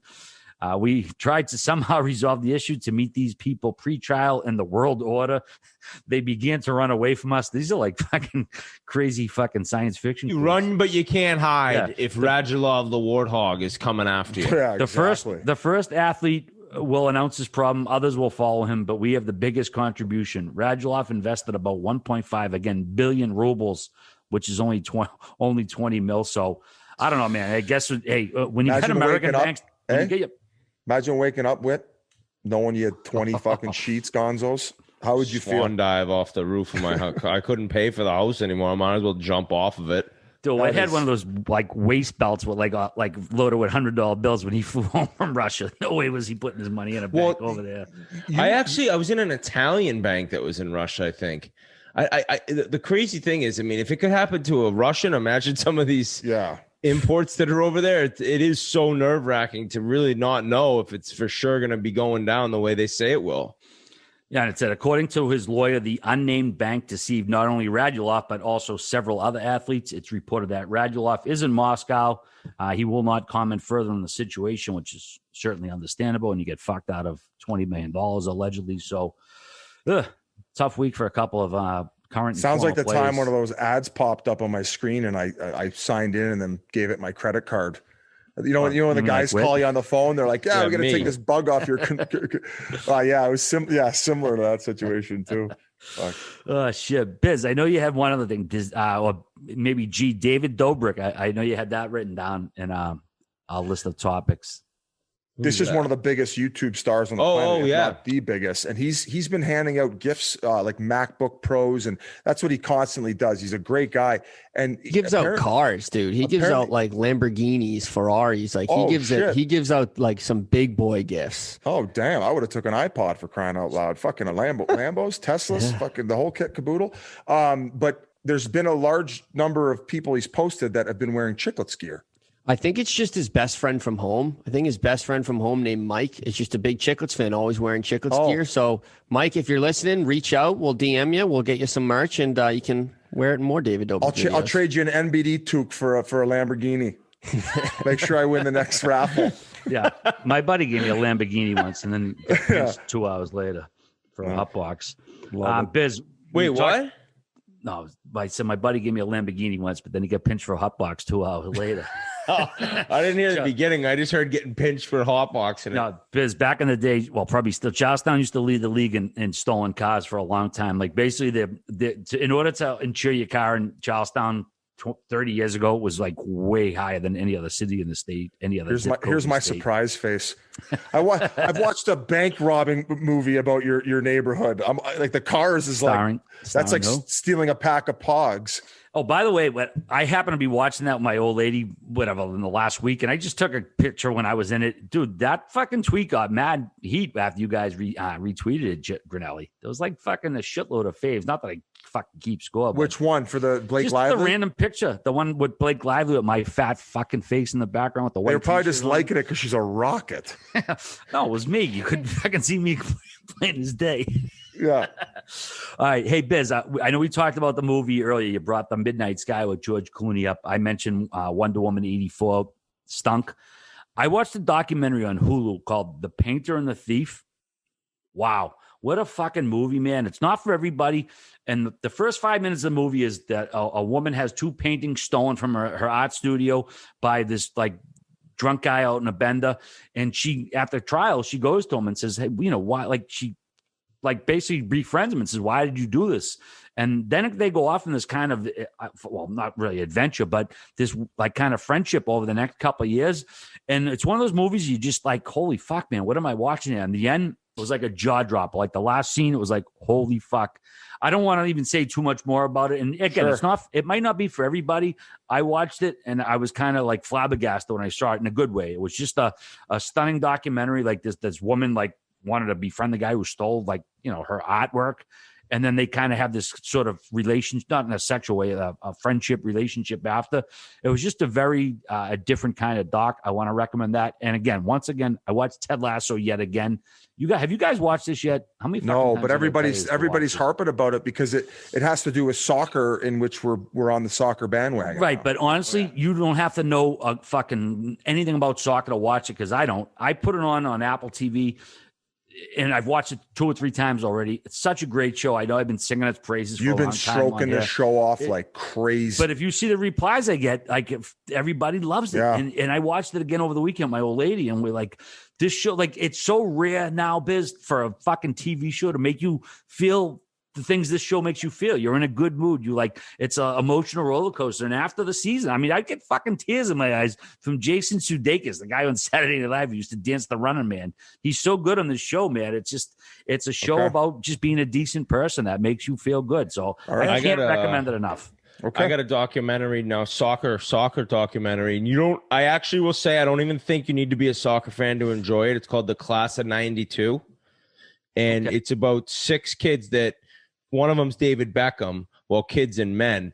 They grew up playing soccer together. Or not necessarily. They did not grow up playing soccer together, but they were young enough. No, but they were young. They grew up together, like on Manchester United, right? And they became one of the greatest teams ever in England. And these kids were all young. They were all young, lighting it up, like international stars. And I just thought it was unreal. I think it's on Amazon Prime, but I would say if you're just a fan of sports in general, you'll enjoy this. Class of '92.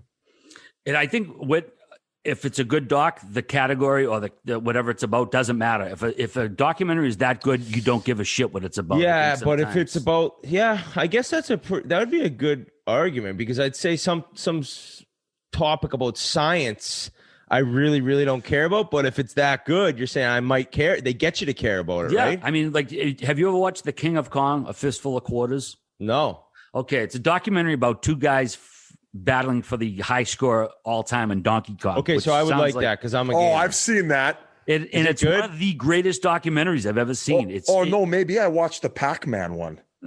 Waka, waka, waka, waka. Maybe there's there's more video game ones. King of Kong, A Fistful of Quarters. It's about like a Donkey Kong high score. I saw it at Kendall Square in Cambridge years ago, and it's like, what the fuck is this movie? And you watch it, and it's crazy that a documentary about such a crazy topic sucks you in so good. There's a good guy, a bad guy, and a well-constructed documentary, man. If it's done well, it don't matter what it's about. It'll suck you in either way. All right. Did the guy beat the game in his living room at one point? I'm not spoiling anything. Fuck yeah, I can't spoil. Oh geez, that's how stupid I am. I didn't even realize I said a spoiler. Did he just spoil it? No. We're gonna beep it out. Whatever I said. No, he didn't spoil anything. But I was gonna mention spoiled the other one about Pac-Man. Waka, waka, waka, waka, waka, waka. What does waka waka mean? Remember Pac-Man? Waka, waka, waka. When Pac-Man used to eat, waka, waka, waka, waka, waka. That was like the sound he made. Pac-Man fever. There was a song, dude. Pac-Man was fucking huge back in the day. Yeah, that was awesome. There was a song for it. I bought the arcade size one. I have the arcade Pac-Man. Do you really? Yeah. In your house? Yeah.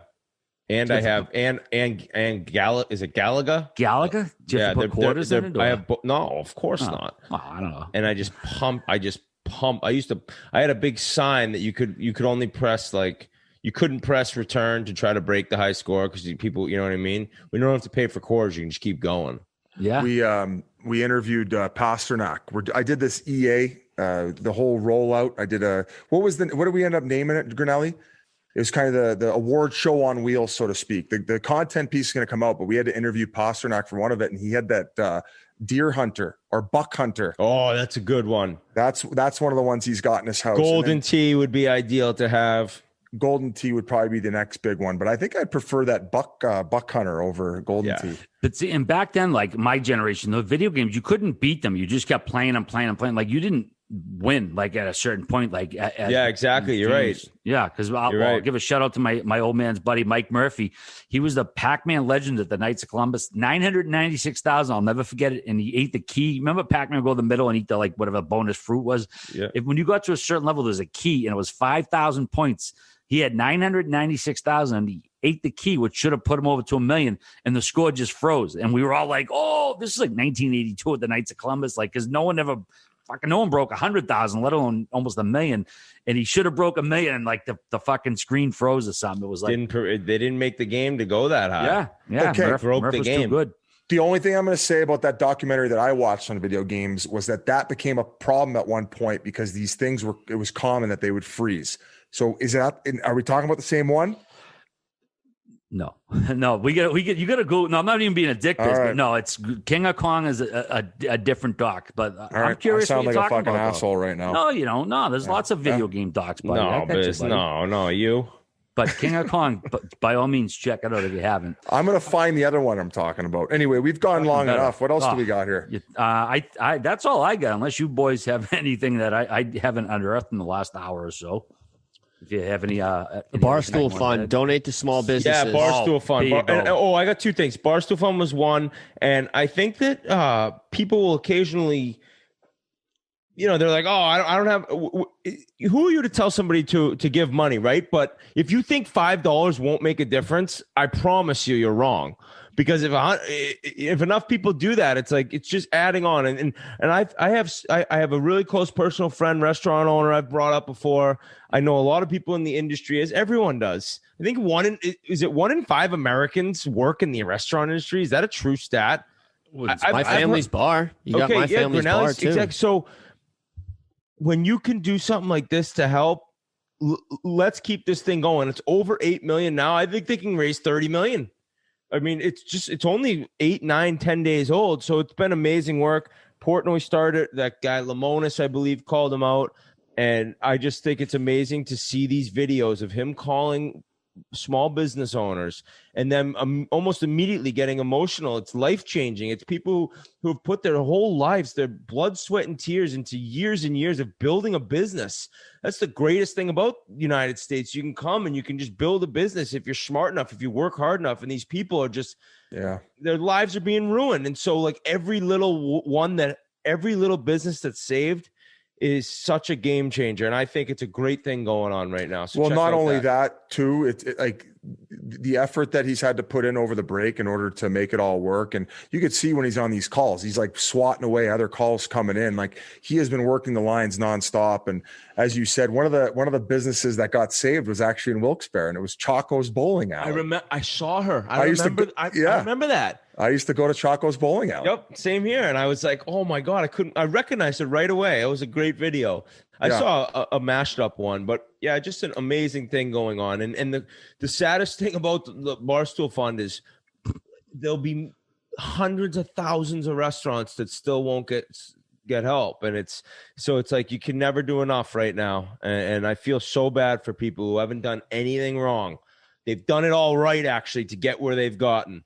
Right. It's being taken away. It's like, it's not like a bad decision. It's just shitty fucking luck. And it's great. It's great as what Dave and Boston has done. It's kind of pathetic that, our company's done more than the government has for small businesses. Oh, it's like, beyond pathetic. I think Dave said if no one else is doing it. Yeah. It's just so embarrassing. It is. It's embarrassing on so many levels that, again, it's great Dave's doing it. I hate every politician. I swear to God, I hate them. I think they're the biggest scumbags. They only care about themselves. None of these people have lost $1. No state workers have been laid off. It's an absolute disgrace, these people. They fucking talk out of one side of their mouth. They do the other. This whole pandemic has taught me that politicians are full of shit. Because in the reality of all things, being a politician is somewhat of a cushy job until all of a sudden something like this happens and you actually have to do work, and none of them have done anything. Yeah, it's disgusting. Like, frankly, the it fact really that is. They've given citizens $1,200 in the last fucking year, and meanwhile, these loans that are never going to get paid back, tax cuts for fucking the loaded. It's a fucking embarrassment. But again, kudos to Dave, kudos to Boston for stepping up and taking care of these businesses. Unfortunately, we can't do them all. And I've worked for small businesses. I worked my uncle's video store, my uncle's grocery store. So, I mean, it wasn't my heart and soul, but I understand the mentality and the effort it takes to work at these places. So, and again, of course, all the people who donated, of course, thank you guys. Absolutely. We have one of our supporters. I think his name's Wealth Theory online. He's following the stocks. He threw in 10 grand. So there's been a lot of people to really step up and make a difference. So we thank you, Chiclets fans, for doing so. And I think that's a very positive way to end it. Yeah, one more thing I wanted to mention is so as we're trying to do more sandbaggers and we want to get, continue doing them now. They're not easy and they're a big production, but we're kind of we're not grinding, but it's always work finding a place to have them. So if you're a golf course, no joke, reach out to me on Twitter, reach out to Grinelli. We need 2 carts for the 4 players. And we probably need 3 to 4 other carts. And we need a hole open behind us and a hole open in front of us. Now, that's why some golf courses can't handle it. But if your course is willing to do it and it's not a shithole, no offense, call us. Hey, email chiclets@barstoolsports.com. I'll go to a chip and putt. I don't give a shit. I don't know if I just don't know if that'd look great on camera. I'm not saying it wouldn't be fun. I'm more thinking about the product. But still, I'm not trying to chirp anyone there while indirectly chirping them. I just think that if you want to reach out and you'd like to have us at your course, let us know. Love it. All right.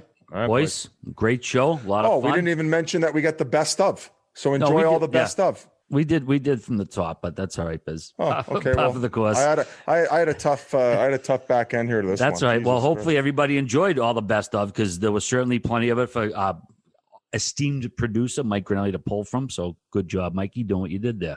Best fans Thanks, in the boys. world. Thank you so much. Enjoy it and have a happy new year. On to 2021. Happy New Year, everybody. Have a great week. We'll see you next week.